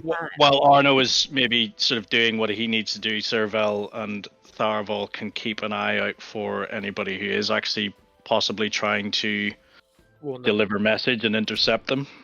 And while they're doing that, we could secure the people at Camberford. But again, then you're leaving the Agover side of things. How many pairs of sending we don't stones need everyone. That's the one. Right. I'm happy to take to. You bear in mind, you also have. You're not going to have Sir Tristan because he's injured at this moment in time. You've got Eldrith, Sally. I mean, who's injured? Anyone who's injured, come here. No one needs to be injured right now. Okay, well, okay. So you got Sir Tristan. You've got Sir Tristan. You've got Captain Anders. Guard Captain Anders. You've got Gregor, Sally, Eldrith. Gregor will obviously be staying with me. Yeah. So does Lady Taunt not have like a court mage that has like a sending stone? She could. Well, you got sending stones. You got a pair of sending stones between yous. It would be really helpful if Arno has a sending stone to keep contact with Tharavel. Makes sense. Walkie-talkies. So we need to get a hold of at least another set of sending stones. Yeah, because we also need to communicate across. Did we have any other like wizardy friends or magey friends at camp before? Like, who did we leave there? No, you've got like six of the Dirty Dozen left, including one incarcerated Chaos Braid, who basically Balls the fucking caused a lot of issues and stuff. You've got instead some of using- Dragonborn. Instead of using magical Caesarean. The rest, to be fair, a lot of the troops you got from Camberford fought in Kibber. A lot of the troops you had in Camberford, the guards and stuff like that, are currently the remaining ones sitting in Kibberath. So you've got a force of 100 in Kibberath at this moment in time, with 50, with a small flotilla of ships. Where's Kibberath? Did I go there? Yes, you fought there, Dan. You fought there. That's where Draken was killed. Oh well, yeah, but I meant like me, not like. Oh yeah, no. It was the battle. It's the southern island. It's below. If you scroll out, it's there. The red one. Yeah, the red one, which you control, because you've got sort of Okay. Could, instead of using the sender zones, could Cerevel potentially use his criminal contact to stay in contact with? Yes, that's a potential. You have a reliable and trustworthy contact who acts as your liaison to a network of other criminals. You know how to get messages to and from your contact, even over great distances. Specifically, you know the local messengers, corrupt caravan masters, and shady sailors who can deliver messages for you. Yeah. Okay. Arno also has message, but the range is only 120 feet, so they could arrange that you need to be within 120 feet of, the place every sundown or something, and await a message, something like that. We can probably make it work. It's workable then. Yeah. So we're having like 3 groups then. We're having one going to Camberford, one going to Agova, and one going to Suburn. Okay, and so to get a message to so you've got that. So what about the fleet thing you were going to do? That was going to be someone just sends a message to. The name messenger, yeah. Yeah, just a missive, a messenger. Okay. What, like because to the fleet. I've got plans, if you like, to go to the monastery at Suncrest, so I could do that on my way to Taunt to rally the ships and get them moving. Yeah, that works. So we splitting the party 4 ways. Nice. Okay, He wouldn't be alone. He'd be with Sally. So you're going to the Temple of Marduk, are you? Is that where you're going, Thomas? Yep. Temple of Marduk. Oh, right. So memories of that place. Yes. At the time I cried. I take it myself and Galandra are going to Agova, or am I? Yeah. So Oh, you, yeah, I think you have to. Lady Taunt, you, or is Lady Taunt, or does she need to go back to Taunt? Why do you? She needs to go to Algova to address make me in her person. case. Yeah. So we have advantage on the rolls. Okay, so let me write this down. I'll take this off. I have a spreadsheet sorted for your Civil War, but we can take that off. Sorry, Matt. No, I am happy. It makes things slightly easier doing it this way, and it's not as convoluted. Easier. You have to role play 4 different places at 4 different times. It's more fun for the viewers, though. Yeah. It's good. To be honest, this thing here, I think, was like a trial run for particularly towards the end when the shit, when it's the proper what's going to happen and stuff and dealing with the corruption. So it's not wasted. I can use it sort of. I think I was going to offer Holy Avenger to Thomas in exchange for his services. What possible use could Thomas have for a sword? Well, it's a holy weapon, so we can disenchant it for Ogma's balance. Oh yes, that's right. We forgot about that. You remember we were talking about getting light balances. You can disenchant weapons for light balances. Just like to point out that I'm going to the monastery with Ogma's balance to talk Oh no, to he's the going to monks. slaughter a bunch of No, priests. I'm not going to slaughter a bunch of monks. I'm going to ask them for help. Because squishy little Thomas is obviously going to be attempting the journey to Taunt without the rest of the party that he normally hides behind. I'm gonna give Sally. him, I suppose, the meat shield. He can have I think I've got like 2 healing potions, an amulet of deception, which I don't think I'm gonna use because I don't really like it. Because you can have that. And then a potion of magic restoration. You just have all of my shit. I actually want to point this out, which I forgot. There is a force of 100 guys sitting on the border with Suncrest. So if you're going past, they haven't had orders to. I can get past them. Don't worry about that. Okay, so just so you know, they're there to stop any escapes effectively. So that's no fireballs. What does the amulet of deception do? I can't remember. This was 2 years ago. Helps. Do you not have it listed in your sheet? No, it literally says amulet of deception in my bio, and that's it. Hold on. They can't stop what they can't see. Somebody will have it somewhere. It just says amulet of proof against detection or something. Oh, like that. proof against detection and location. No, so not deception. Yeah. Amulet of proof against detection. Amulet of proof against detection, not deception. Okay, that's fine. Yeah, that's the While one. wearing this amulet, you're hidden from divination magic. It can't be Mm-hmm. targeted by such a magic or perceived through magical scrying sensors. Mm-hmm. I think I wrote it down wrong because I've got amulet of deception in my treasure, but then when I actually go to where it's equipped, it says amulet of proof against detection. yeah, that's it. Okay. Yeah. Okay. Well, if you look up amulet of deception, there isn't one there. So unless Mapping created one, so. Yeah. So yeah, I will give him that and like all of my healing potions. Okay. Do we still have our monk's robes that we had back in like session 12 or whenever it I was? believe so. I do. Yeah. I've got mine. I still There have we mine. go. In that case, I'll just put them on. Job done. Okay. Amulet of Oh deception. God! monk Right. robes, I just want you to be sorted. aware that you're going on your own with Sally, and there is armed guards there. So I'm happy for you to sort of try and get Never through. said I was taking Sally with me. She's still disguised as a commoner. Okay. So that's fine. Just so. Common boy. Okay. Right, so let me just write this down. So we've got Thomas, Temple of Marduk, Temple Tom.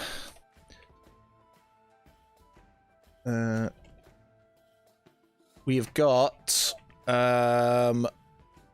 Lady Taunt, Val,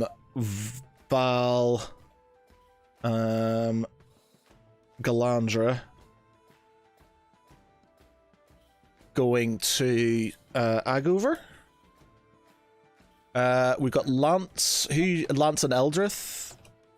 And Captain Anders and 100 men. Captain Anders. And the swords of 1,000 men. Lance, Captain Anders. L are going to Camber Ford. And 10 poles, apparently. Ford. Then we've got Arno, Tharaval, Saravel.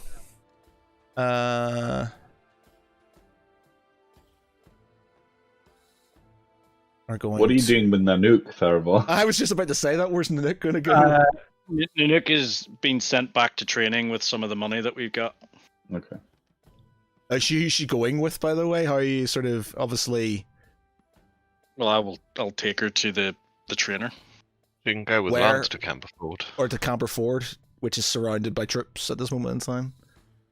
Where are we at the where minute? else? You're in She's Falcross. You're in Falcross. You're in the middle of the map. Basically, those little blue shields are where Yeah, there are yeah. enemy troops. Well, Suburnian troops. Yeah, so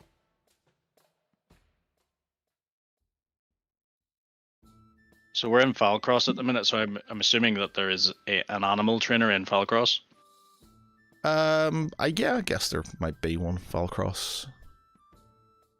Just Ugh. take her there. Okay. All right. So that's it. That's decisions made. Where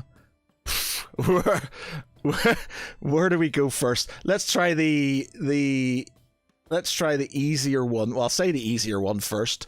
Let's do. So, is there anything else anybody wants? Is there any sort of contingencies or things people need to agree on now before everybody splits up?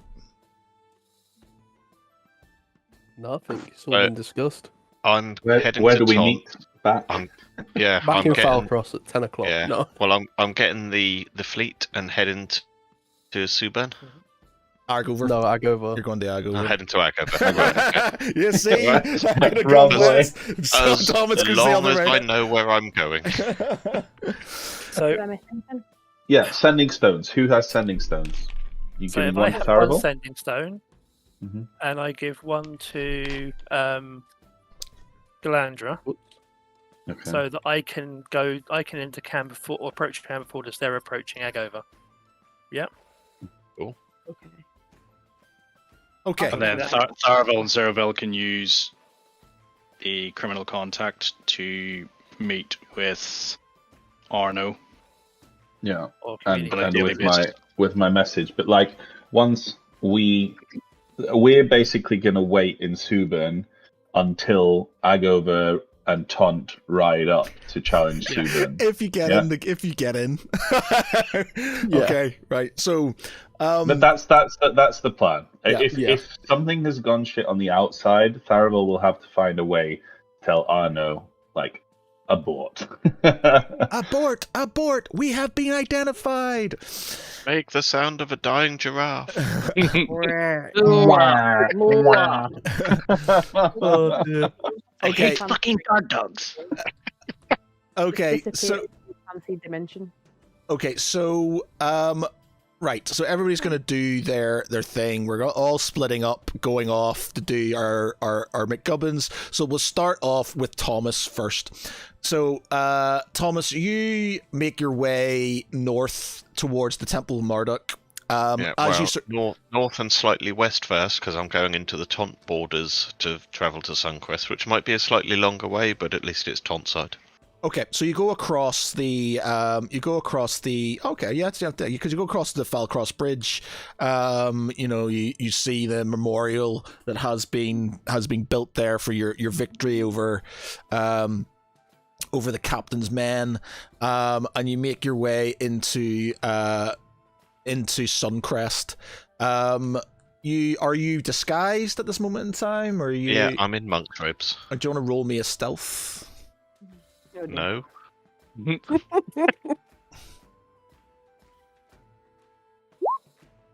I'll give you advantage because you're in your monk's robes. Okay, so you're extremely you're blending in. Nobody knows who you are. You're in Suncrest. You're near the Temple of Marduk. As far as they're aware, you're just another another monk. You're just another monk. Okay. Okay, so you get to the sort of the bridge that leads towards the Temple of Marduk, and as you sort of start making your way, you see encamped across the bridge a group of men, a couple of companies of Agover's men standing there. As you sort of kind of cross it, one of the guards says, "Halt and be identified. Who goes there?" I am but a simple monk heading back to my temple, having been out blessing these lands. Okay, roll deception. I don't have any deception. Oh God. Oh. I thought I had an amulet of deception or something. No, it was detection. Okay. He's sort of. I'm bad. I think he believes you. He's sort of he's a bit you don't sound like one of the local monks, to be honest. He knows them quite well, but he's not completely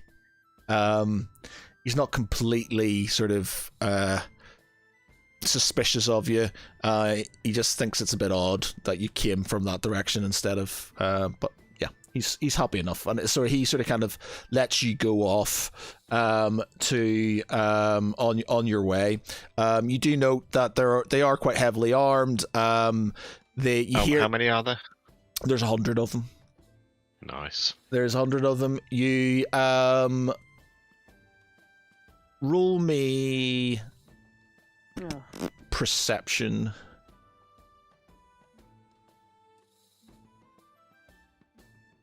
I love the tavern music while we're. While I'm traipsing across the land. Yeah, well, it's not that. It's basically I've got sad music, I've got epic battle music, and I've got tavern music. That's pretty much what you got. And porn music. And porn music. Porn music. Yeah, or porn music.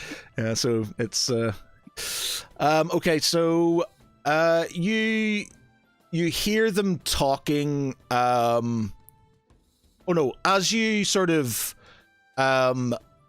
are walking through, you see a rider coming from the southwest, sort of making it the way to these soldiers.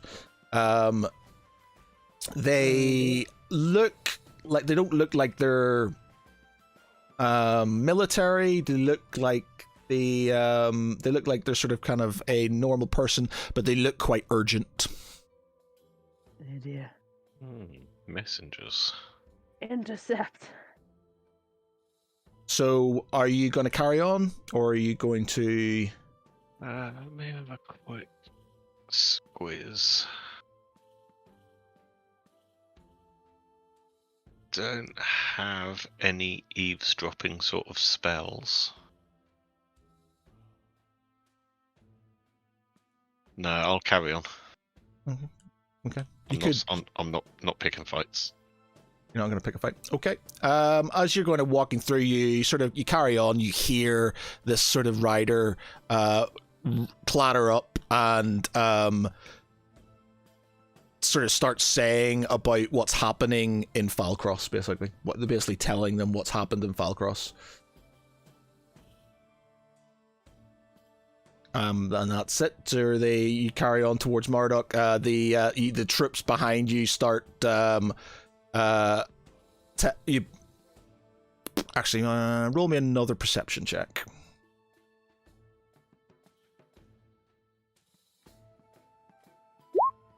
Okay. You hear the captain in charge of the companies sort of tell the rider to make haste towards Suburn to inform Triarch Suburn of the rebellion.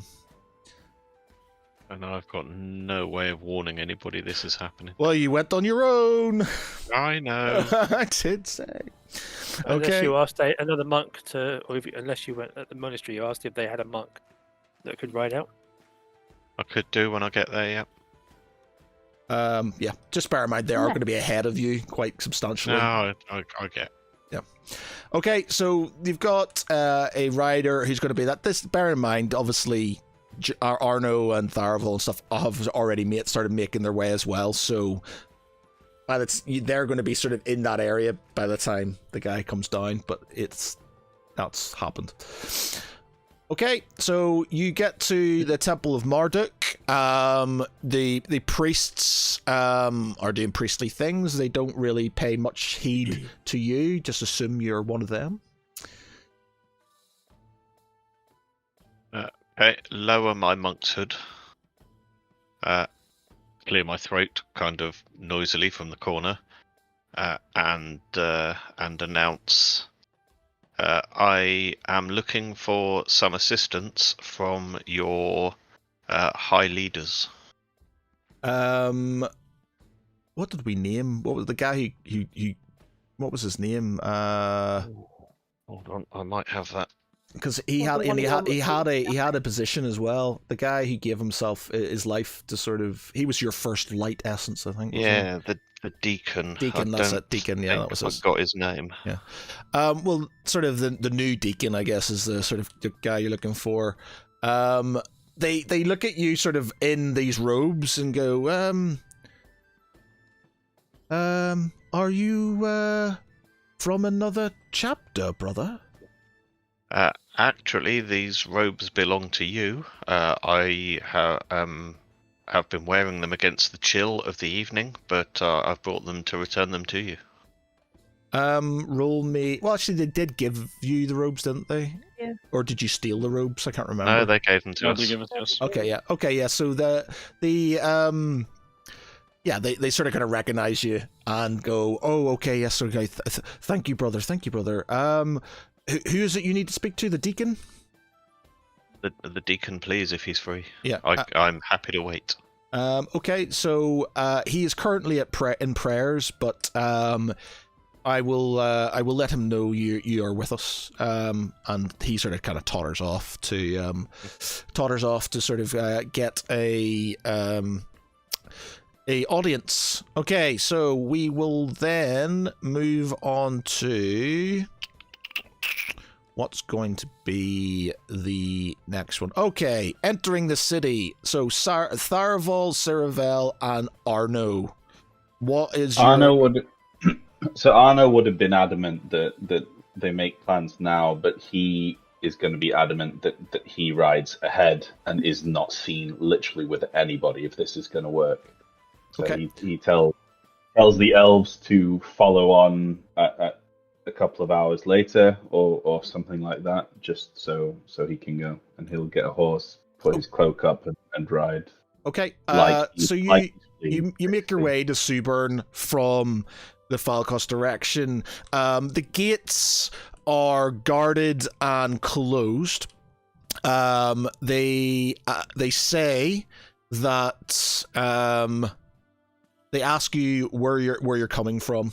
So the guards at the gate ask you what's your business and where you're coming from. I have business with the Triarch. I have just come from Falcros, where the great treason has occurred. I need to speak with him now. Roll me. I mean, he's not lying. Well, he's not lying. Yeah, roll me persuasion, and you can have advantage on it. Yep. Okay. So they look quite sort of shocked at what's happened and sort of kind of nod their heads, and they sort of kind of open up the gates. Open up the gates! Open up gates! And one of them starts leading you towards the main citadel of Suburn to talk to Triarch Suburn. What does the city look like? Like, is it vacant as we expected, or the city is? Are there any soldiers around? You do have soldiers there. Obviously, you're not going to be able to count them all because you haven't been. But I guess you could ask. You know, I'm not sure if you want to. There are. No, he wouldn't ask. Yeah, He'd just observe. There are soldiers on the walls. There are soldiers in the walls, and sort of kind of looking like they are readying for something. Mm-hmm. Okay. Tharaval and Ciravel, you sort of kind of follow on. Are you following on soon after, or a couple of hours later? How are you? They basically, they follow on behind Arno, but they ensure that they keep the distance and stay in the shadows, not to be seen at all. Basically, they're just sort of trying to remain pretty inconspicuous and not be confronted by anyone. How are you going to get into the city? Well, the thing is, I was thinking that if we're trying to keep an eye out for anybody who has, is delivering a message or anything like that, I'm trying to think whether it's better to stand outside the gates and sort of intercept them before actually getting to the guards. Or let them do it, because I was going to think, because in the end he's trying to spin a tale of there being. Yeah. Okay. Yeah, you need to let those messages come through. Yeah. Okay, yeah. Staraval he's going to sort of have a look about for any thieves' camp messages sort of laid by like the Thieves Guild and things like that for possible secret passages into and out of the city. Okay, roll me investigation. Can I get advantage because there are two of them? Yes. Where's my sheets gone? Who's got the better investigation? I don't think they're either are that good.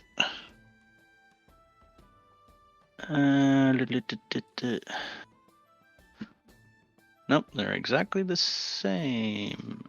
Investigate. Oh, actually, no. Hold on. Cerevel's is quite decent.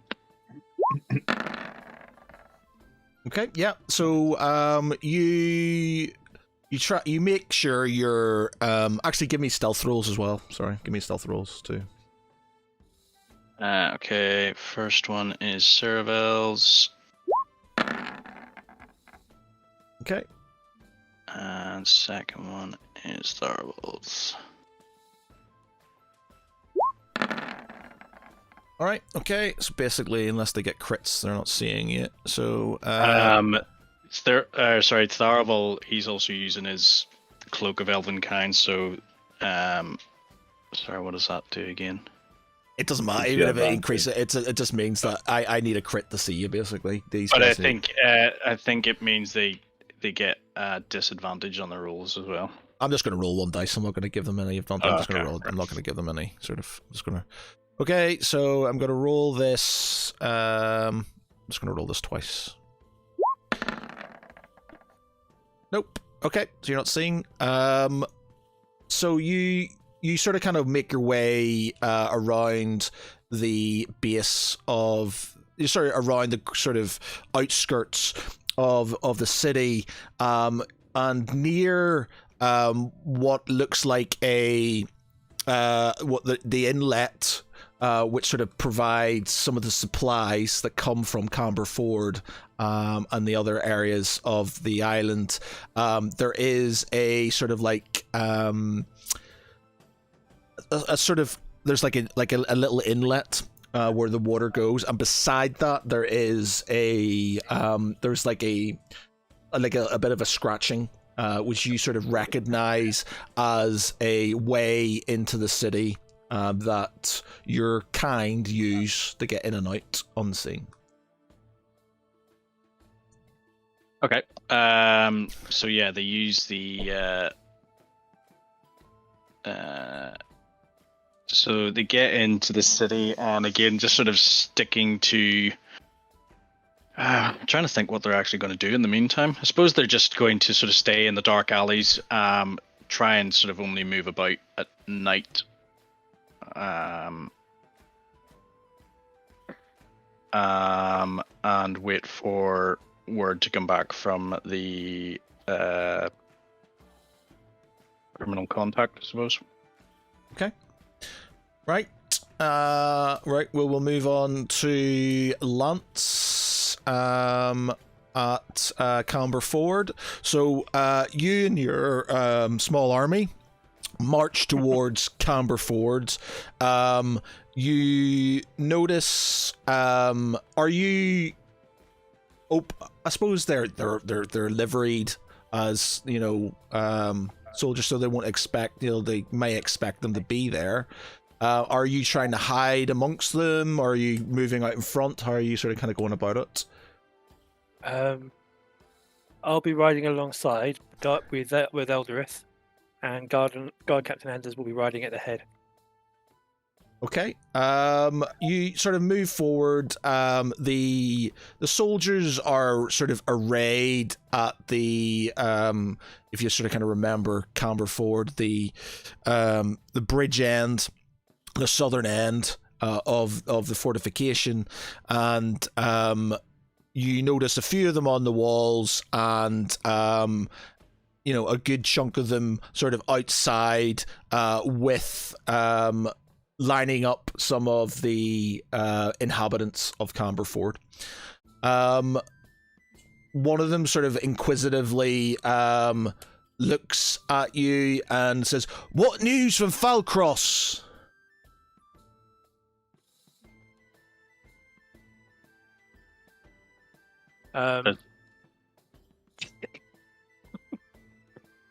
Sorry, you blipped out for a second then. I got Falcross. What news from Falcross?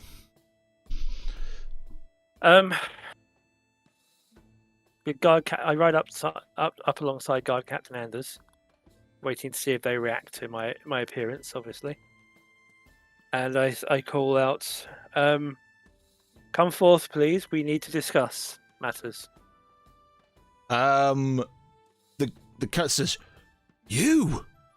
What are you doing here? To arms! To arms!" As the sort of other guys sort of kind of come forward with their spears.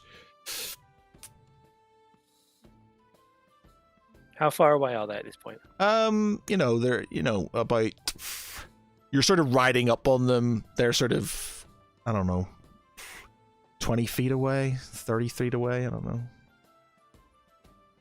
Okay, so I turn to the troops and say, "Would you please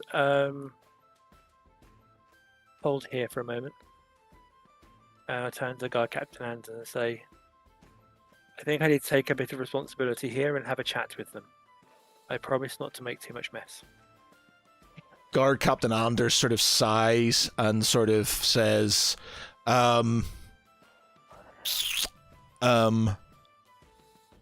Please note, I have not drawn my axe. Yeah, as I say, just make sure that the plan goes to Lady Taunt is my first and only priority, Warforged. Please do not. I do understand. Please do not make this situation any worse than it already is. Mm-hmm. Okay, so I ride forward, signaling Elderith to stay with the captain, and I say, "As you can see, I come before you unarmed, in the company of your colleagues and your comrades. I have come to appeal to your better natures, knowing that many of your comrades have fallen in the service of the Triarchy against our common enemy. I regret to inform you that the captain is no longer with us, but that his men have after discussion, come to agree that in this matter, that mission which you had been given is not appropriate for the times we find ourselves in. Answer me this: the people that you have taken are people that had sworn to build and protect and be protected by myself and my companions, and you are holding them hostage because of one man's choice to find us as a threat to his power. The Lady Taunt has ridden forth to discuss with her fellow Triarchs the matter and the situation we're in.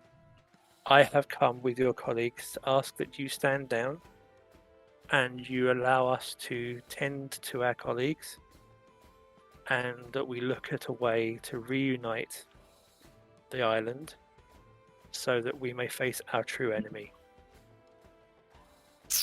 Okay, roll me persuasion. Good. I was really afraid you were going to say that. Okay. The guard sort of looks at you with sort of kind of slight disbelief, and you said Captain, I don't know what we named it, Captain The no head. Captain Short and half Ethelston is you mean Captain Ethelston's dead? What happened to him? Captain Ethelston chose to challenge me and called me out, and he was not up to the task. You killed him? You killed a captain of the realm? I answered a challenge.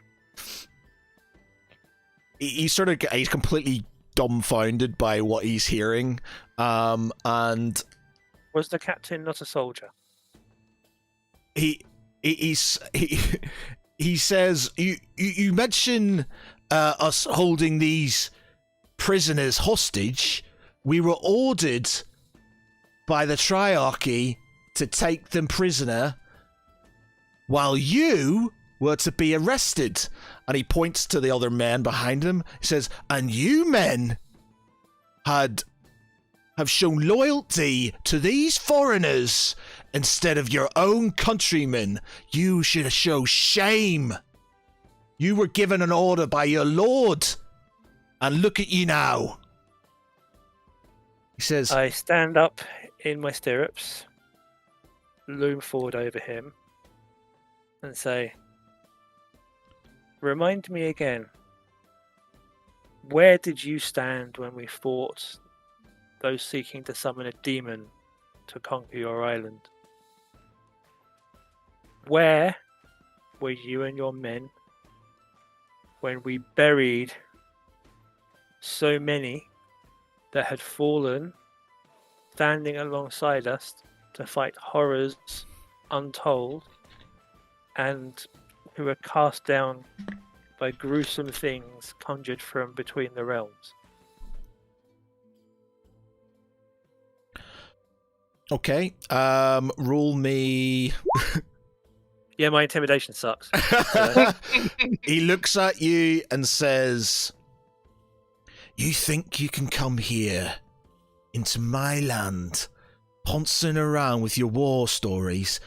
I've been in many battles. I've fought the corruption with my brothers, and he points to his son, and I abide by the law of my country.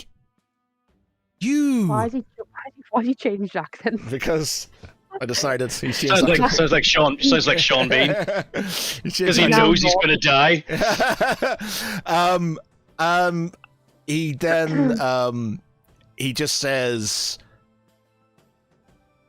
we've been given orders, and we're going to adhere to those orders. So, if you're going to show your true form and kill us, servants of Balon, soldiers of Balon, then go right ahead. But we're not letting you have these prisoners. I turn to the guard captain and reluctantly I say, I did try, did I not? Maybe we should have sent someone with better persuasion to there. Okay, so what are you? I not say anything. Okay, Guard. I'll let Guard Captain Anders, who's going to be slightly more charismatic probably than you. Slightly. So he will sort of raise his hand and sort of not push you to the side, but sort of kind of beckon you to sort of kind of move back while he sort of kind of moves forward in front of them. I step sideways but not back. Yeah. Or I indicate my horse to step sideways but not back. He will say that he will say oh god, what accent? I can't remember what I give what Anders' accent is. I keep forgetting all these different accents. Do you not take notes? I do, but it's just I actually have one for different things for them. Oh, actually, you know what I do? Actually, I've got one. Wait a minute, Anders. I have like so Garfield American, Cleveland West Country, PJ Duncan Newcastle, Captain Bracken Posh, Yankel Chaos Braid Scottish, Jonto Northern Irish. Guard Captain Anders unfortunately doesn't have a note beside him on what his thing is. Okay. And yet they all melt into the same one by the end of your speech. Yeah. Even the females. Yeah. Just not good at accents. Okay. He says, men, I am Guard Captain Anders. Okay, let's try to think about this. I am Guard Captain Anders, right hand of Triarch Lady Taunt, rightful Triarch Lady Taunt, and bodyguard of her good name. I have fought beside this man and his comrades. I can attest to their bravery. I can attest to their what's the thing I'm gonna say? I can attest to their. Idiocy? Say it again. Stupidity. Yes. Honor. To their honor and to the and to what they have done for our land. Their methods are somewhat blunt and questionable at times, but they are the reason this land has not been overrun by cultists of all kinds. They are the reason you are all still alive. He says, these men behind me have seen the light of what is to come. They have seen that unity is needed to fight the corruption and bring Balon together. They are behind the banner of Lady Taunt to, I'm not going to say take control of this land, but to unify this land. I would ask you to think of your families, to think of your countrymen, to think of your brother soldiers. We do not want to shed blood. We just want you to understand that this is the way, and that Triarch Suburn is spiraling this situation into a civil war that this land will not recover from. Please, brothers, join us, or at least step aside. Go back to your families if you must, but do not hinder us. Do not make us shed blood we do not want to shed. And then we'll roll a dice for him. So you roll persuasion on your own speech. I don't have a thing for him, so who has got good what's your charisma? What's your charisma, Danny? What's Calandra's charisma? 14. 14. What's your plus? What's your bonus on it? Charisma 2. Oh, 6. 6. Is that what you're asking? I don't know what you're asking me. There's a lot of numbers on my sheet. So on the left-hand side, it'll say charisma. There'll be a big number at the top, and there'll be a little number. So what's the big number? 2. Okay. Okay. Roll me a. You can roll me a charisma then, and I'll just take that. I've got +5 on charisma. Yeah, we're not going to be like, he's not super charisma. He's sort of charismatic, but he's not super charisma. All right. You just want a charisma roll. Yeah, just roll me a charisma. With advantage. Okay, so I will. I mean, it's better than 6. So. Yeah, okay, so a lot of them sort of murmur. You hear them murmuring, and a lot of them murmuring and sort of like nodding their head and looking at each other. There's a few of them, including the captain in charge, who says, "That's a nice speech you've got, but I fight for my lord. I fight for my land, and you aren't taking these prisoners, and that means that I have to fight you all myself." And die for my beliefs, then I will. So pretty much you've got most of them who will probably either join you or sort of melt off, but you've got a sort of, I don't know, you've got a group of them who are quite sort of idealistic and believe in what they're sort of fighting for, and even though they will probably lose, are will sort of, stand up to you. I step down from my horse. I nod to the guard captain, and I walk over to the center of the line and say, when I first learned that you had chosen to follow the orders of your lord and to take hostages against our good conduct, as well as coming with 200 people to our small group, I was a little upset, as I'm sure you can imagine, had you been in my place. And I start talking louder. I say, in my pocket I have a list. On that list I have a name for everyone who has threatened or done harm to those that we have put under our protection. I have made a vow that anyone who is on that list, I will take my considerably long life to be spent around and after this conflict to punish them for those acts. At present, none of you are on that list. And I say, could I ask your name, sir? Okay, roll me Get the pen intimidation. ready. Roll me intimidation. Dear me. That fucking list. Yes. Okay, yeah. So he, as much as you can tell, he's a brave man, and he believes in his principles. As you sort of kind of loom over him, and his courage very much evaporates, and he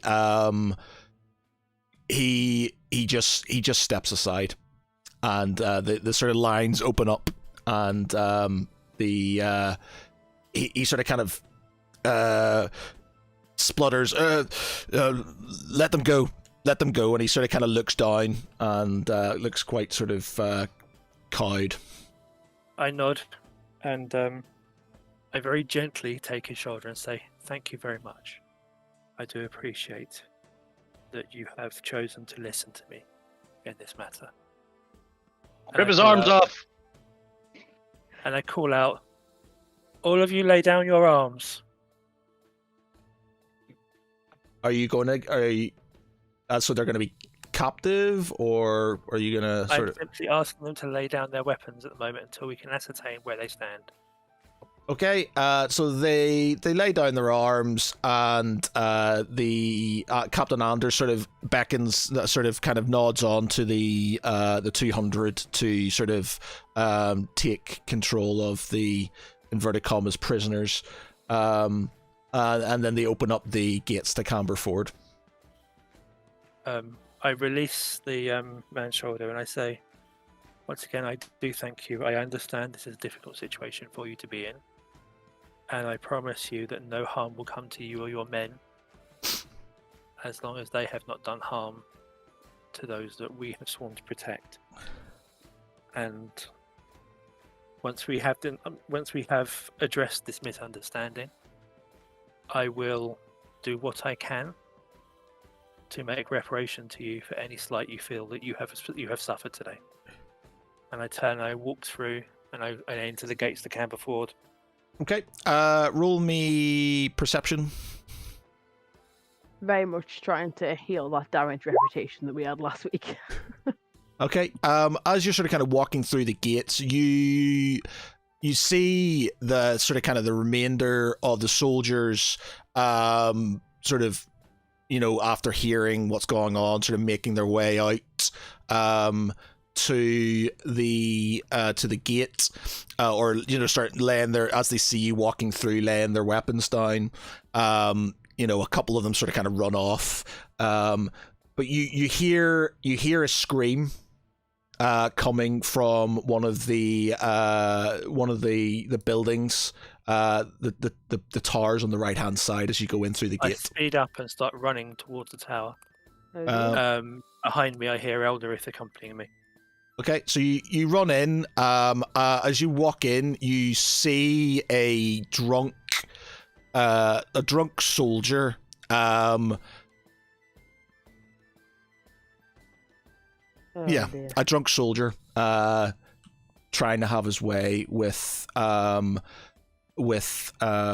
Daisy.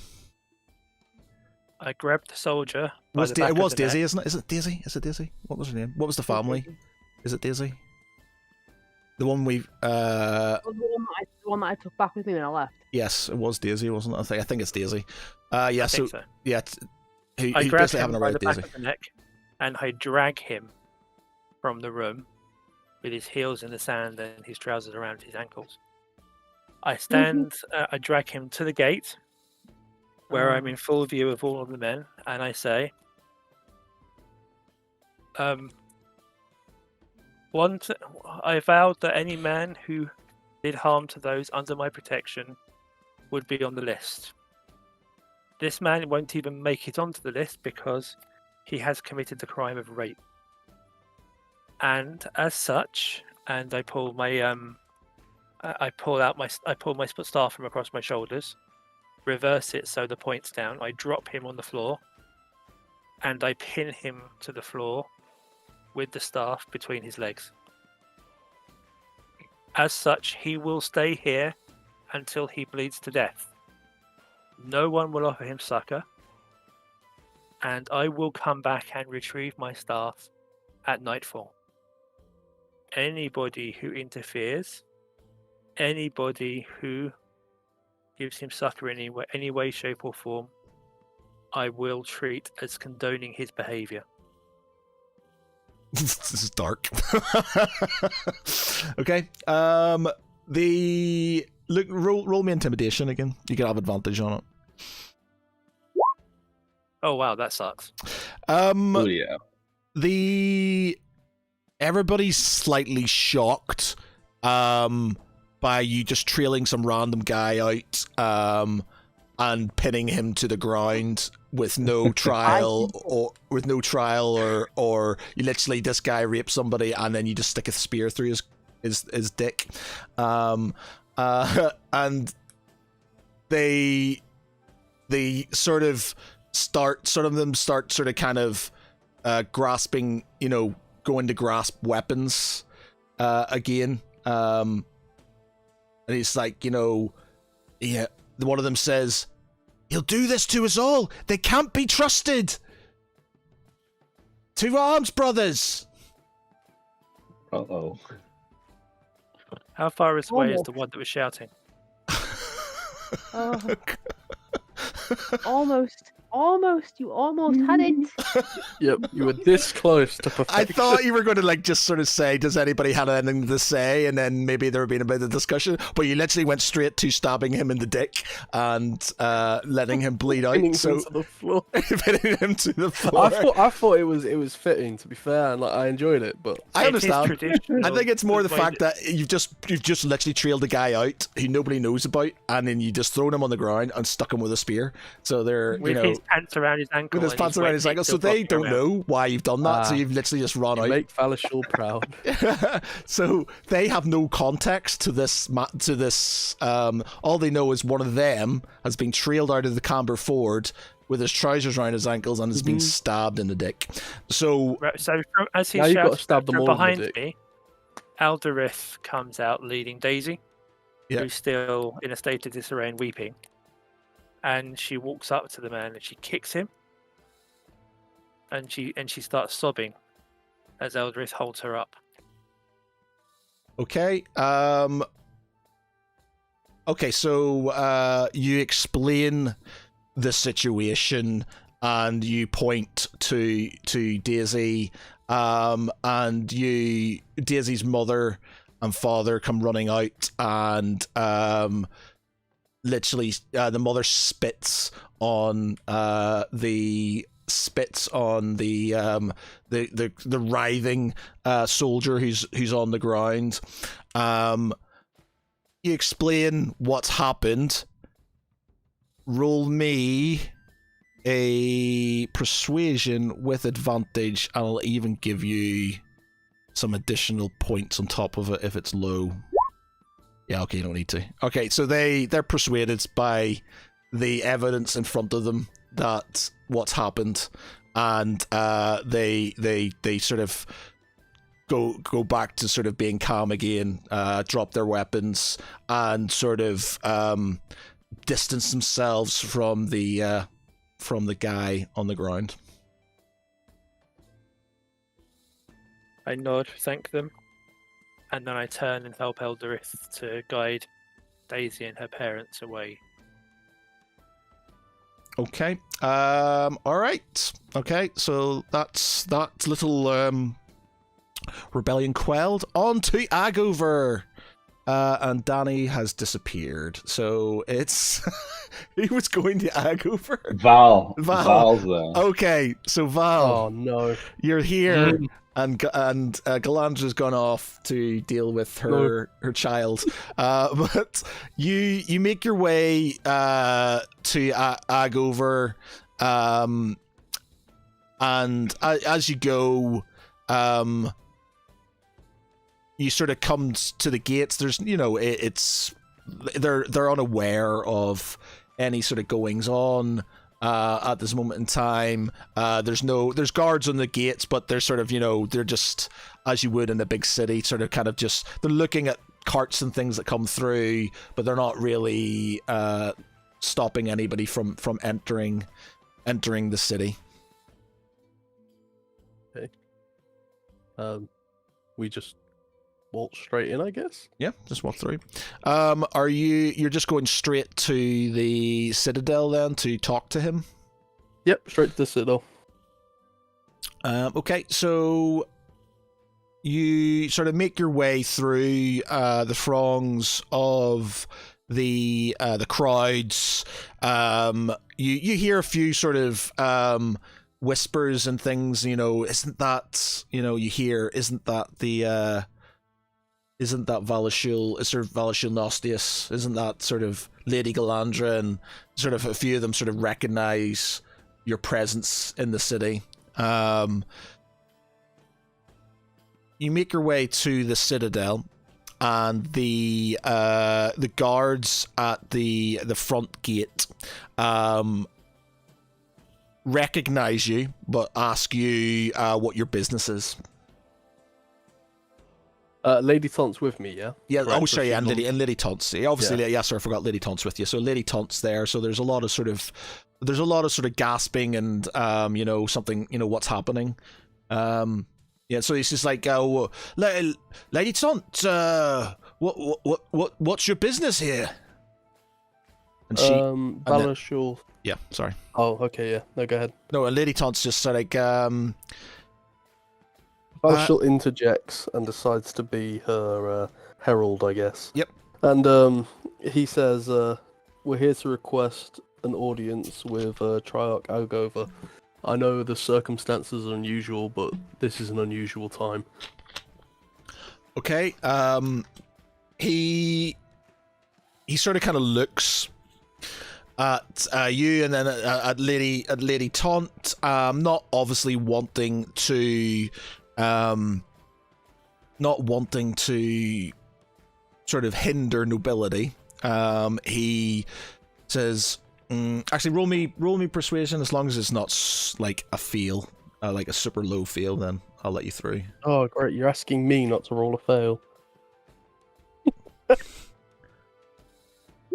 Yeah, all right, hey. There you go. Okay, so he says, yes, of course, yes, follow me. So he sort of leads you up the stairs to the main keep and through towards the antechamber to the Triarch sort of throne room, effectively.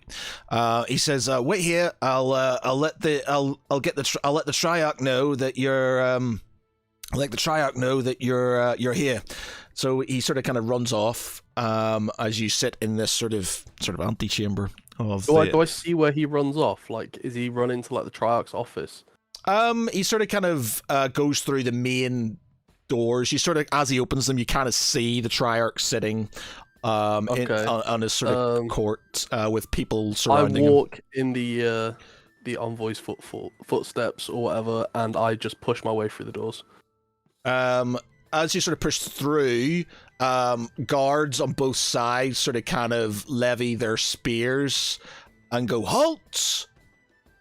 Balashul stops in his tracks and raises his voice and calls to Triarch Agover. My lord, we request an urgent meeting with you. Pardon the interruption, but it can't wait.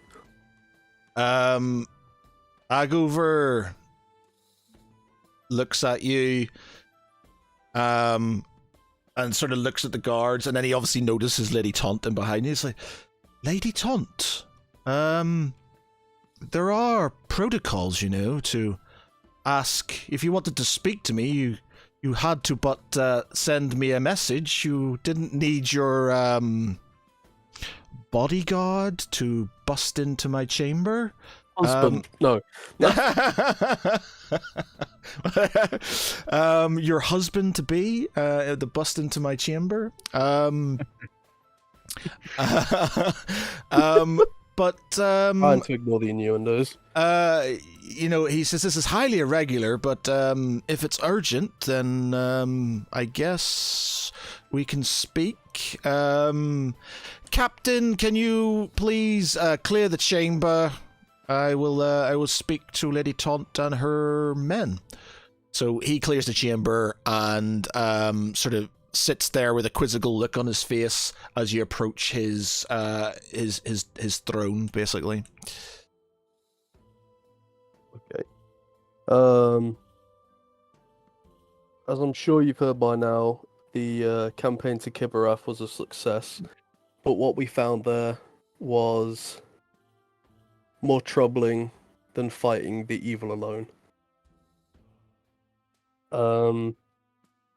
Upon returning, we were accosted at the funeral of our companion Draken, who fell in that fight and that campaign.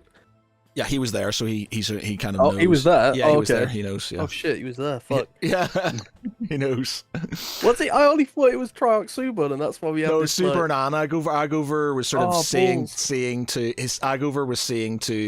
Fabius. Fabius is injured.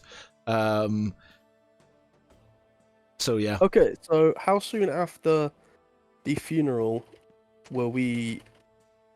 So you went to Falcross. So you went to Falcross, so it would have taken you like it's like 5 miles from where it is to it's taken you sort of like half a day. He's left, got back pretty soon. He's effectively just arrived. And I guess it's taken you what? So Falcross is that's 5, 10, 15, 20. It's taken you about a day to get the Agover. So it's sort of the next day for you. He's been there for a day. Okay, well, I'll continue and say, what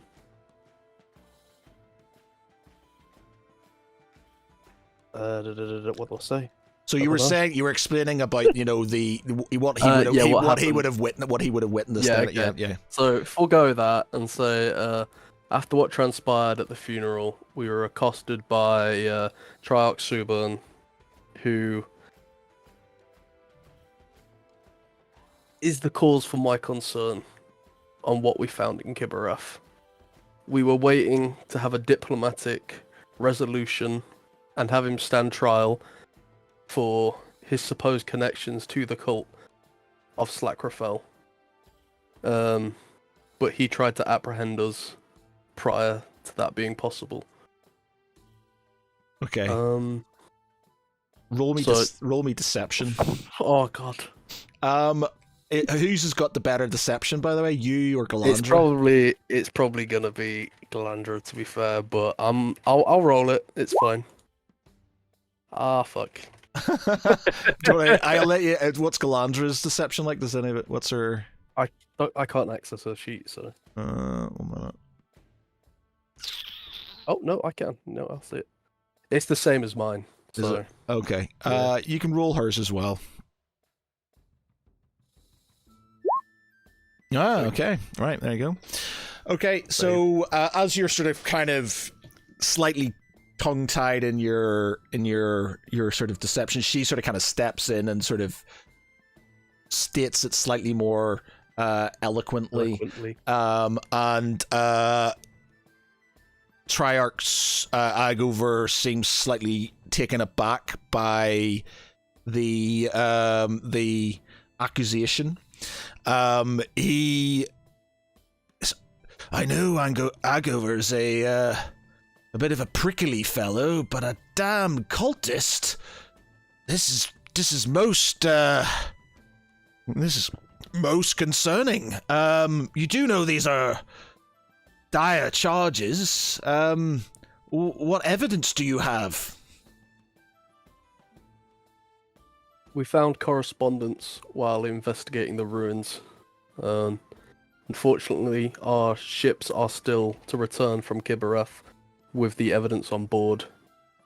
That said, I would appreciate if those vessels could harbour in your city for repairs to come. From Kibarath? Yeah. Okay. Okay. Of course, yes. Yes, of course. Any... Oh, this is frightful news. Oh God. Or Bahamut. Nice save. Oh Bahamut. Val says as he sheaths his sword. Yeah. Oh God. But he's like, right. What is going to go to from this? So, Agover is a cultist. Is this true, Lady Taunt? Subern.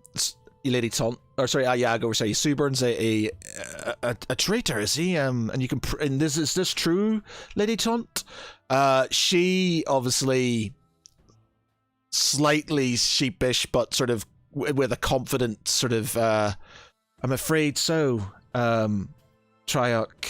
I'm afraid so. Triarch's Agover.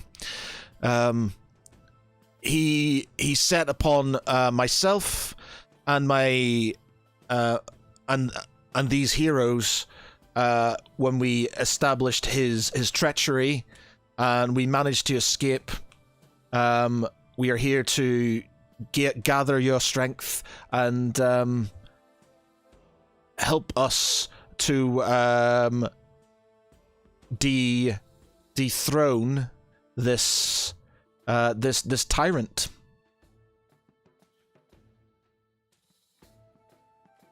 He is sitting there extremely sort of kind of bemused by the whole thing. And it says, who would take his place if we...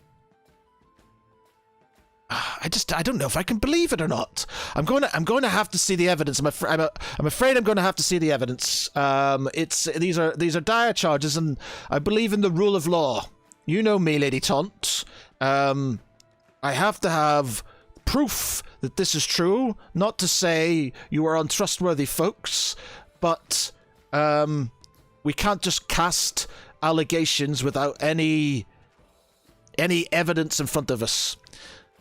If there's evidence to show that he is complicit in these invasions of our land, then you have my support. Valishul bows his head and says, that is the sole purpose of why we're here. We need you present to call him out to trial.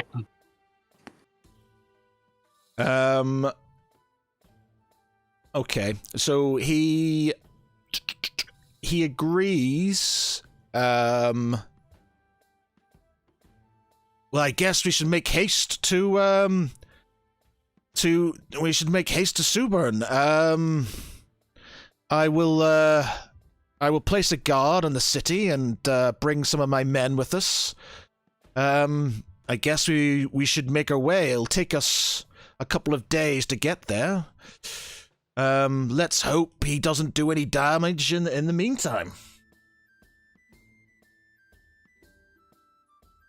So off we go. Yep. Okay. So you're persuaded him that there's something up. He just wants you to prove it before anything happens. Okay, where are we going to go next? Back to Thomas. You're in the monastery. In fact, it's 11:30. I know there's no school tomorrow. So do people want to stop now or carry on for a bit? I'm okay, but yeah. Yeah, I don't mind. Yeah? Yeah, I'm alright. Yep. Okay. So you're in the monastery. The deacon, you get sort of kind of shown into the main sort of chambers for the deacon.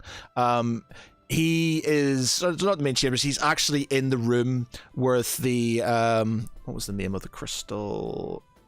Bear with me 1 minute. Where is World Anvil? Let me just see. Why aren't you working? Oh, it's not working. There we go. World Anvil.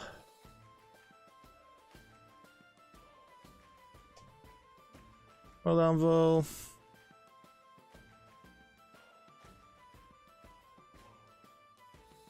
Log in. Log in. There we go. Okay. Let's have a look. It was called the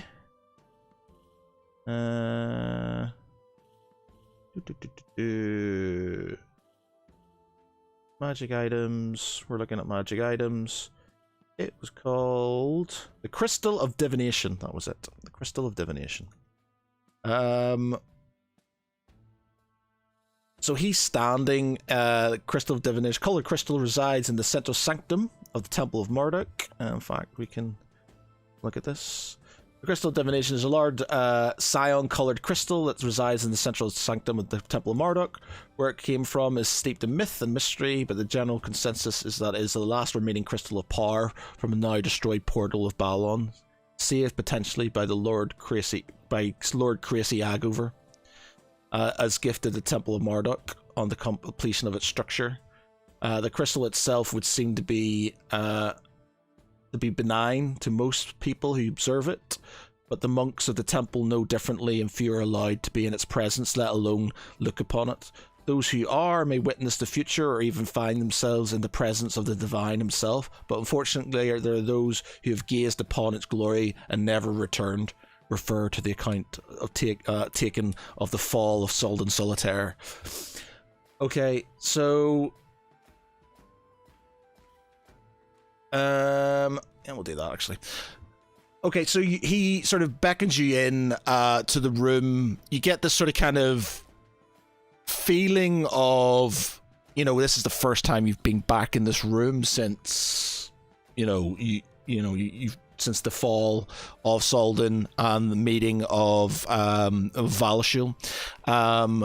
The deacon is sort of kneeling and praying to the crystal itself, and he sort of kind of stands up and looks at you and says, Thomas Moonstar, what can I do for you, my boy?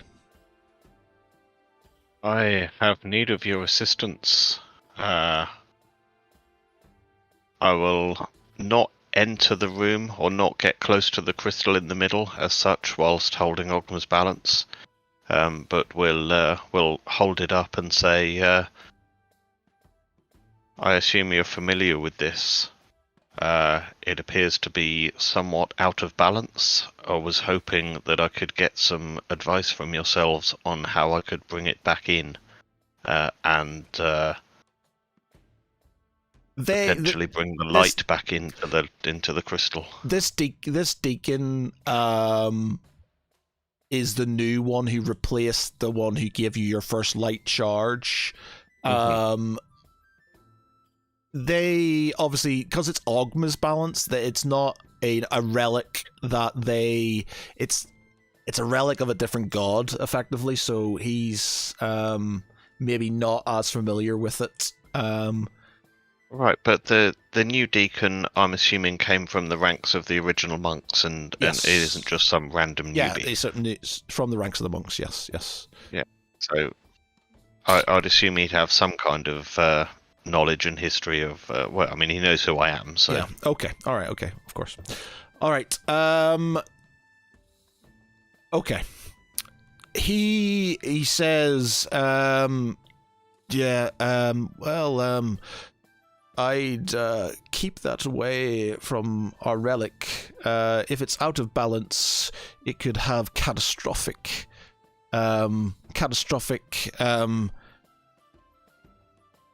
repercussions. Repercussions, yeah, that's the word. Repercussions with the Crystal of Divination.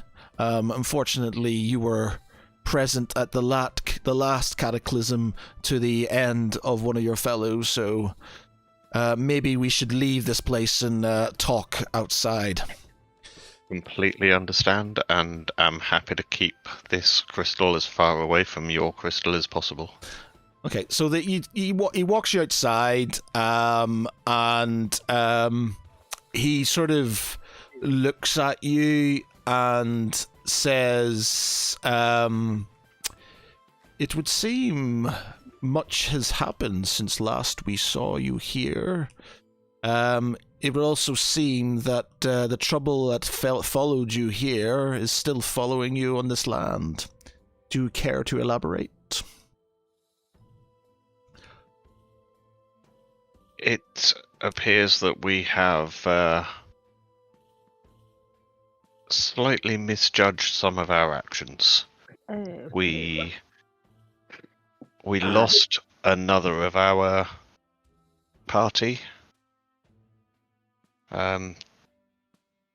We intended to hold a funeral for him, at which point his estranged father turned up and tried to reclaim the corpse of his son. We tried to stop him, but failed. It had some additional unforeseen or unwanted side effects. We may now have thrown this entire island into disarray. We are trying to fix that as we speak. My friends are out talking to various members. He says, I know. The crystal shows many things. Do you... He says, can I ask you a blunt question? Of course. He says, do you feel that your presence in our land is one of good, or one of... No, not... So one for the good of the... do you feel that your presence at this moment in time is one for the good of this land? With absolute conviction, I do. We have done nothing but fight against agents of the corruption, and we will continue to fight against the corruption until it is banished from the entirety of Freya, and not just from this land. He sort of nods his head as he's sort of walking around with you, and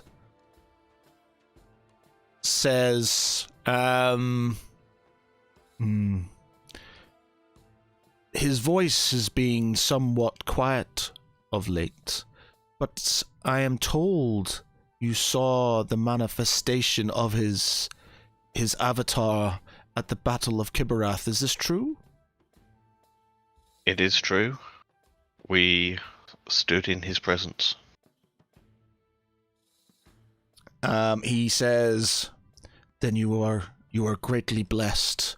Many of us would spend a lifetime to be in the presence of his greatness, let alone the avatar of his draconic state. He has chosen you, and it is not for me to question your motives. He sort of kind of looks at your staff, and says, "We have many relics from the Civil War and from times gone by that could potentially be used to disenchant and fill the light side of your staff. Unfortunately, I cannot ask my brothers to volunteer themselves, as I don't feel their time, as old as some of them are, is quite there yet. But these may help in the meantime." I would not dream of asking another to sacrifice themselves for this cause, but any assistance that you can give, any advice, is welcome. Okay, so he nods his head and he sort of rings a gong. He then whispers to to one of the monks, who then sort of leads you down into the sort of catacombs.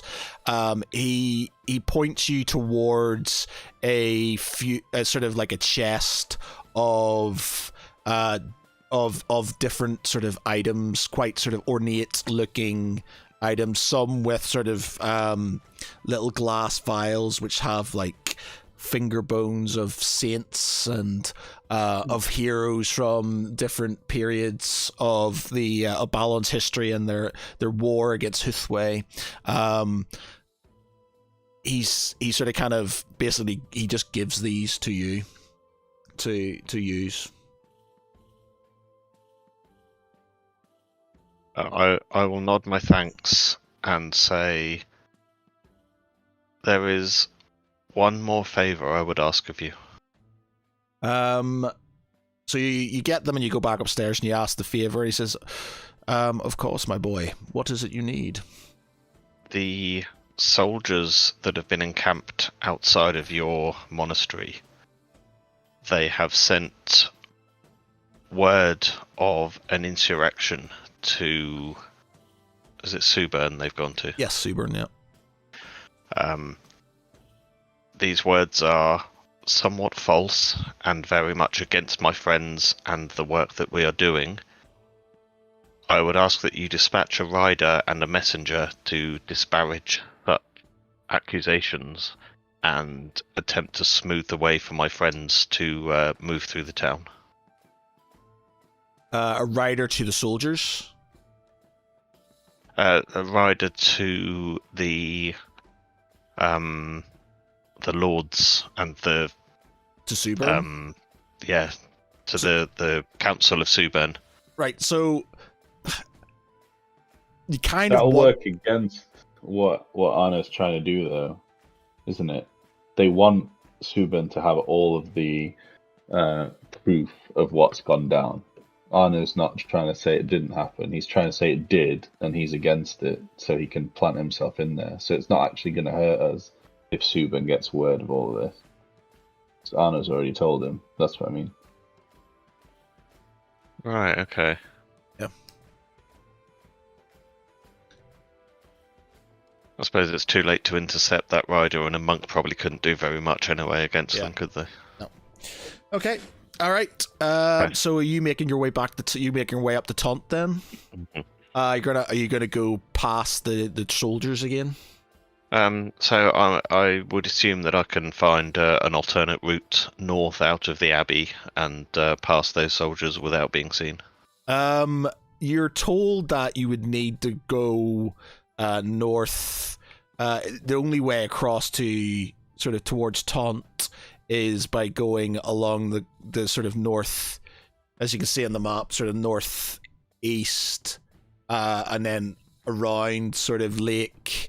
I'm not sure what the name of the lake is. One of the lakes, name of lake, and round. But it is known to be quite. There are sort of thieves and bandits in that area, so you would have to be careful. Perhaps there is a reason for some of your brethren to visit Taunt, and I could accompany them on their journey. Rolling persuasion.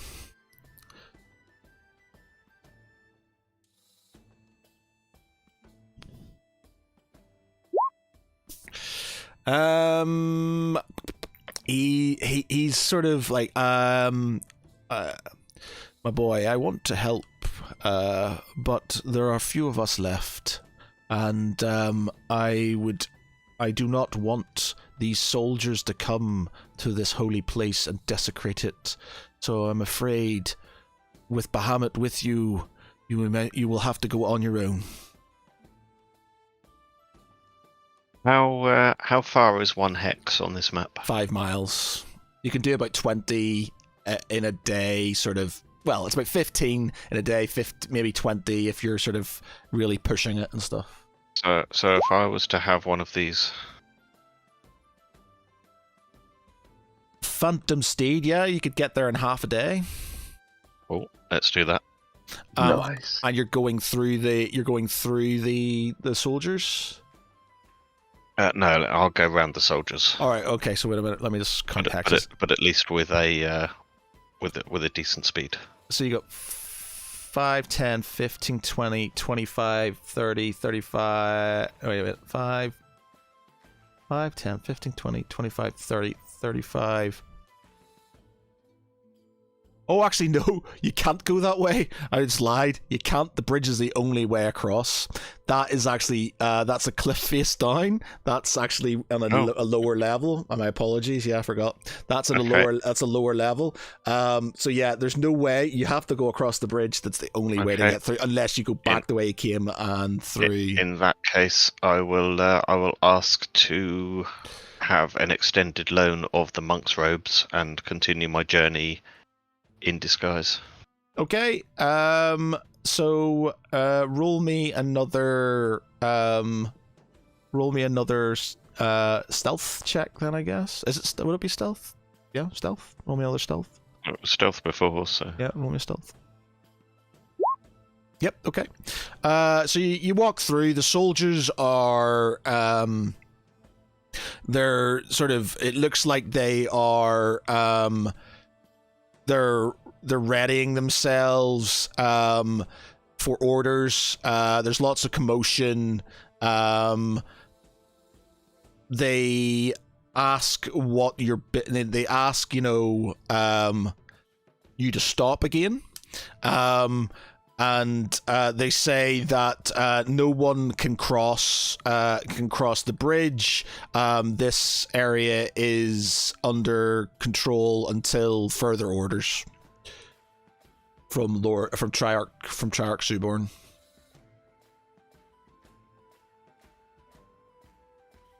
And Triarch Suborn would stand in the way of Bahamut's work? He says that I have my orders. Nobody's to cross the bridge. Nobody. How long is the bridge? It's I don't know. No idea. Don't know. Didn't think about it. It's a bridge. I don't know. It's a big river, I guess. I don't know. What's a big bridge? No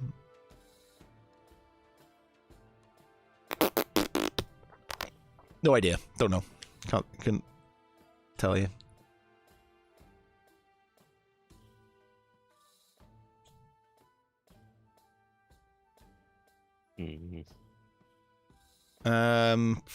I don't know. I'm trying to think. What would be a representative bridge to it?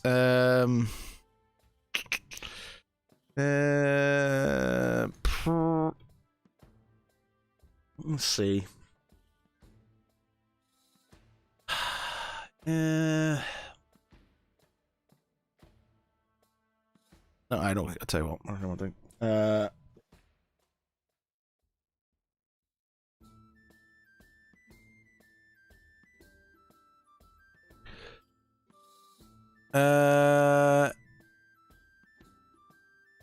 Oh, birthday 1 minute. We're against. No.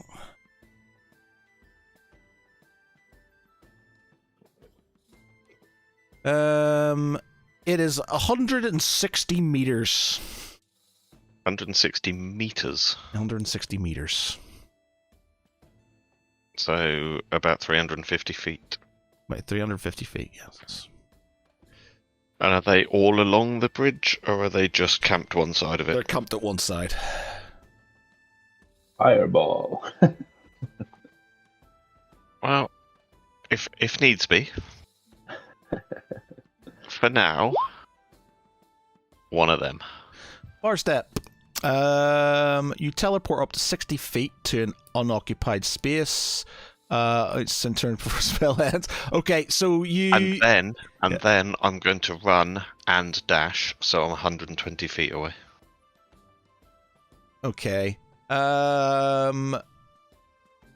So you get 60 feet away. Then we'd need to roll initiative to see if they sort of do their thing. So roll me initiative for you, and I'll just roll a d20 for them. So as long as you beat a 14, which you don't. Okay, so you sort of kind of stand there and then sort of disappear as you sort of kind of appear in front of them. Actually, that being said, I'll give it to you because you're going to have an action. It'll be like a surprise, then you'd have your movement on top of that. So, okay, yeah, fine. So you do that, you move. They start shouting for you. A couple start running across the bridge. But sort of stop halfway and then sort of kind of go back as you sort of kind of make your way off. And then you get on your phantom steed and make your way up to Taunt. Leg it up to Taunt. Okay. And then start making your way... Oh, that being said, so you start making your way round to... With the Navy to... Agover while the rest make their way to Seaburn. Okay. But Lance and your lot, what are you doing next then? Having made my point and made sure that the family were being looked after by Eldrith, I move throughout the fort to find our people and make sure how they are.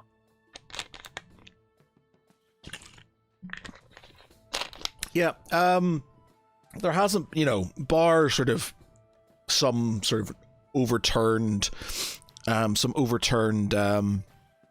carts and some general roughage when it comes to sort of general there was obviously a bit of a fight when they came in, especially with the Dragonborn, but them being outnumbered, they sort of submitted. They come back. Obviously, Galdrax is with you as well. You've brought her with you, we'd say, because she was sort of kind of brought the file across. She comes in and hugs one of the other sort of Dragonborn and tells them about what's happening. They have this sort of kind of quite sort of slightly angry sort of conversation. Do you speak Draconic, by the way, or? I'm not sure if I do. One second while I check my sheet.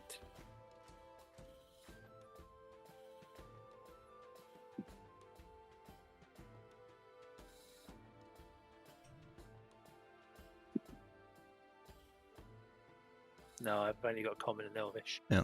Okay, so they speak. They're speaking sort of kind of quite sort of roughly. There's sort of like lots of pointing and sort of It seems they're quite angry. Galdrax comes back to you and says that they are upset. We have been promised. We are promised safety and farmland in this place, and all we have met with is our family, our friends killed, one of our brothers murdered, our leader dead, and now this does not seem to be a place for us. I am very sorry that you have been caught up in everything here. Our intent was never to have you hurt. Our intent was to build something here that you and we could be proud of, and to act as something as a springboard to move past some of the problems that have plagued our land. I do understand that you're somewhat weary, but I would ask to that you give us a little longer, and we'll help you to find your feet again. Well, and we're working to identify the problems and deal with them at the moment. Hence why we're here, and my colleagues are not. Okay. She goes back to the other Dragonborn and sort of says a few things, says a bit more that you don't understand what she's saying, but they turn around and one of them sort of looks at you, sort of puts his hand on his chest, bows, and then sort of kind of goes back to sort of try and sort out the mess that's within Camberford. And that's that. They're sort of kind of fixing up the area. The soldiers are sort of outside, effectively under arrest, but as they were stationed. Okay, is that it? We'll move on. Okay, Tharaval, and Ciravel. Do you think we could call it soonish? Yeah. Okay. I mean, I suppose Tharaval and Ciravel are just sort of remaining quiet until they. Well, I suppose they. I think originally was going to try and intercept people reporting news from like Valacross and stuff like that, but if it actually works in our benefit, then they're just basically waiting to hear back from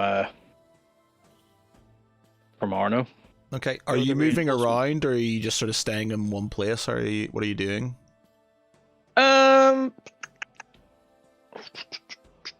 You were going to look for your underworld contacts, right? Maybe you could find out what the sentiment is there. Yeah, I suppose. I mean, the contact is basically to have a back and forth with you. I suppose basically while they're sort of maybe wandering the sort of the darker or the streets at night and stuff like that, they maybe try and pick up on any murmurings or. Okay.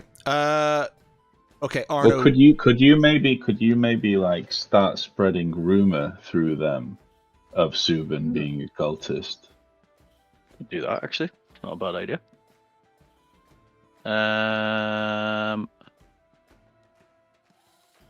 Let's see. Set off some rumor spinning in taverns and shit like that. Bear in mind, if you go out, there is potential being discovered or whatever and stuff. So. Well, yeah, that's what I'm trying to think of a way of. But through his contacts, right? They could start spreading the rumors. Yeah, so Ciravel's contact. What has he got? What does it say again? If I can find it. Got the right one. Yeah. Criminal contact. You have a reliable trust relationship. You know how to get messages to and from contact, even to great distances. Specifically, the local messengers, corrupt caravan masters, and seedy sailors who can deliver messages for you. Basically, for transport of messages.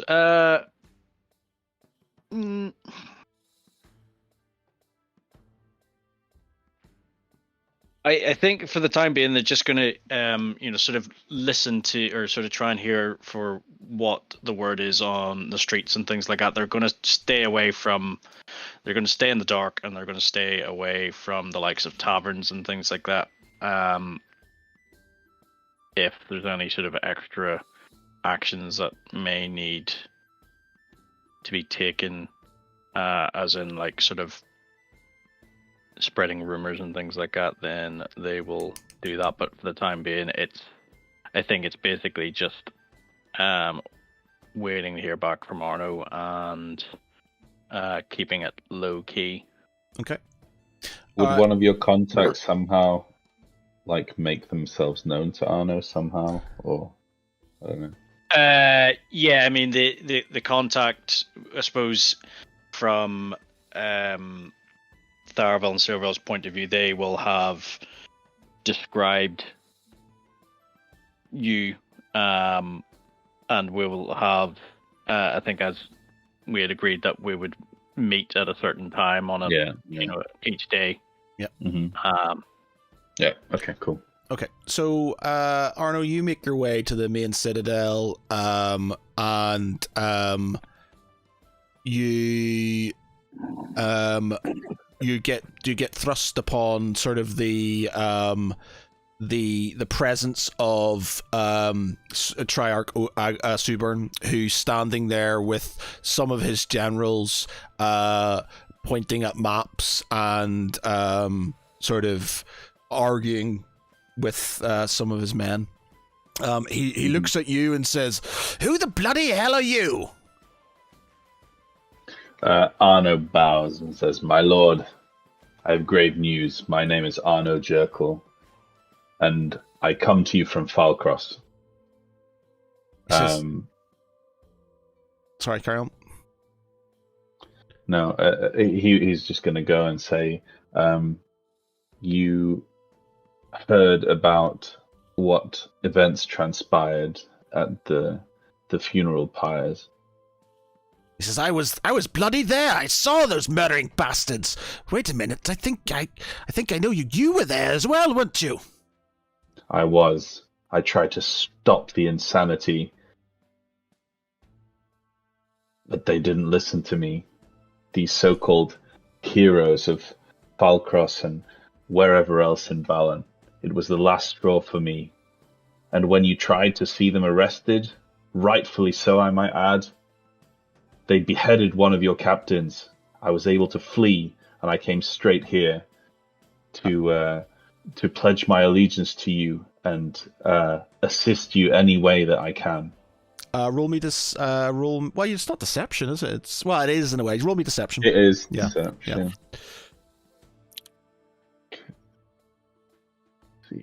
Here comes the first crit fail. No. Okay.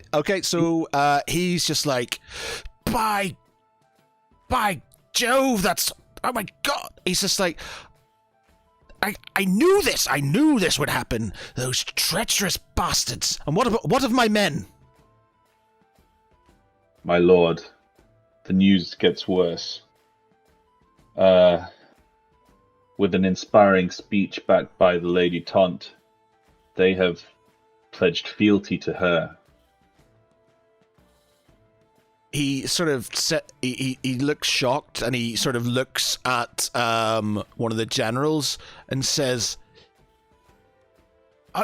"What manner of treachery is this? This bloody black magic everywhere! This whole country is falling apart!" And he sort of kind of smashes the desk and sort of knocks stuff over. He says, "I will have all of their heads and those traitors. They will line the roads of this land." He says, what's he going to say? What other news do you have? What news does he have?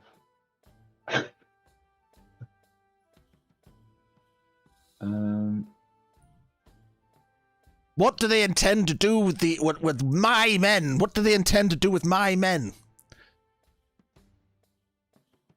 Oh, would Arno tell him?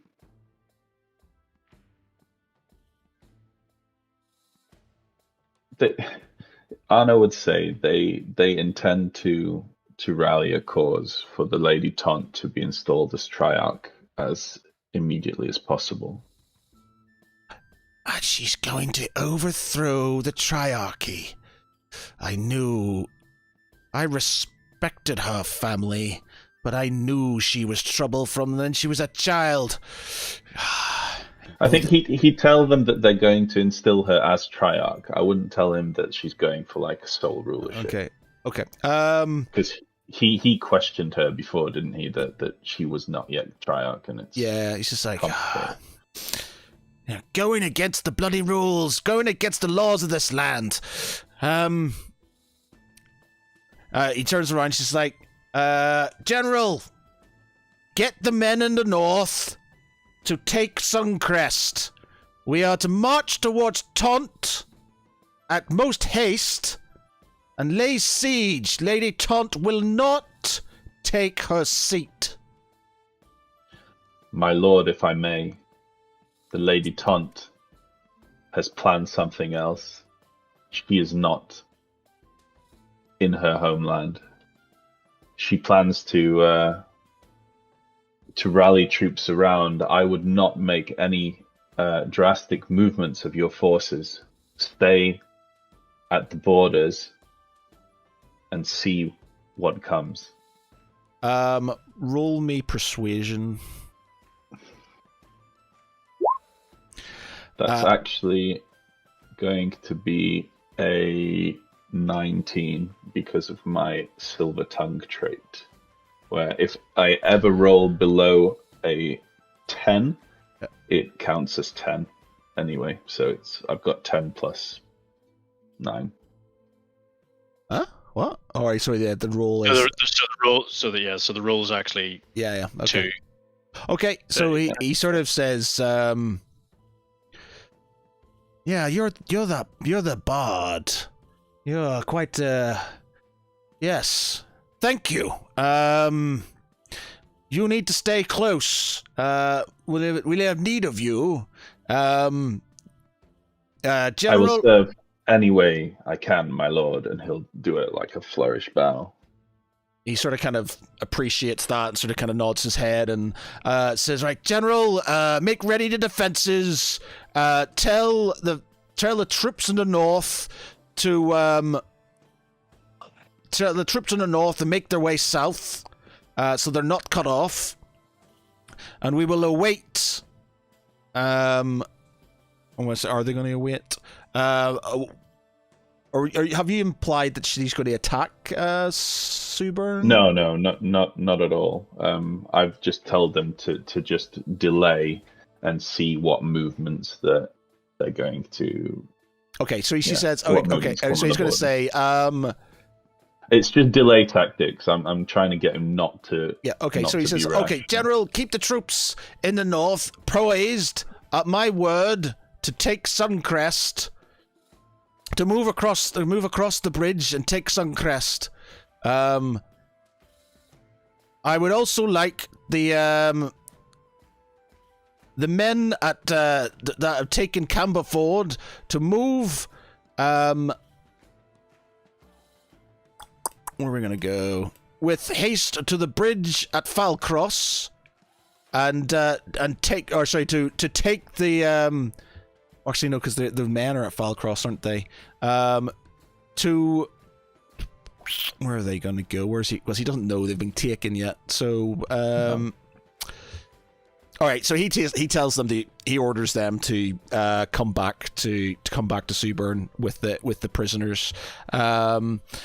He then says, and I want to send an envoy to Triarch Agover. He must know of this treachery. He must know of this damned woman and her foreign friends.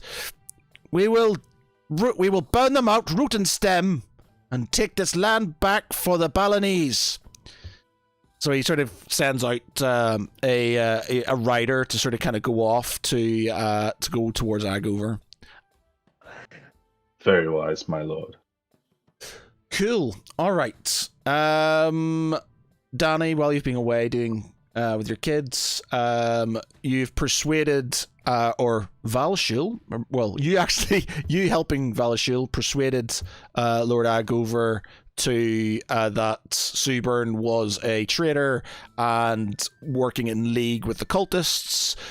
He and some of his army are moving with you towards Suburn to basically bring him to trial. And that is where we're at. So I think we'll probably leave it there then, because it is now 12:05. I was going to say, they keep waking up now, so. Yeah. Okay, so we'll leave it there. That's been quite an eventful session, gentlemen and lady. Oh, it's cool. Yeah, nice one. No, Can't do what you want. Civil War. I told you it'd be fun. Yeah, it was good. And I'm glad. I have to say, Wes, you've come out of your shell somewhat from the your early days of not saying very much now to leading the charge and instigating civil war. So it's good to see. It had to be done. Yes. Gotta watch those zealots. Yeah, gotta let those Dangerous. But yeah, cool, nice. It's good to work around things, and this has been eventful and yeah, good. So cheers, everybody. Much appreciated for the views. Cheers to Mike and to the others for the comments. Much appreciated. For me tonight, I've been Matt Geary. With me has been Conrad as Arnold Jerkel. Farewell, friends. Michael is Tharvel Eldon. Diplomacy is the way forward. Wes is Valshal Nostius. Only substitute. Oh, fuck that up, didn't I? Sub to what? Sub to what? Subterfuge will win the day. That's what I was going to say. But now I'm just going to say good night. Natural one again, there was. Dave is Thomas Minstar. I'm on a boat. I'm on a boat. Mark is Lance.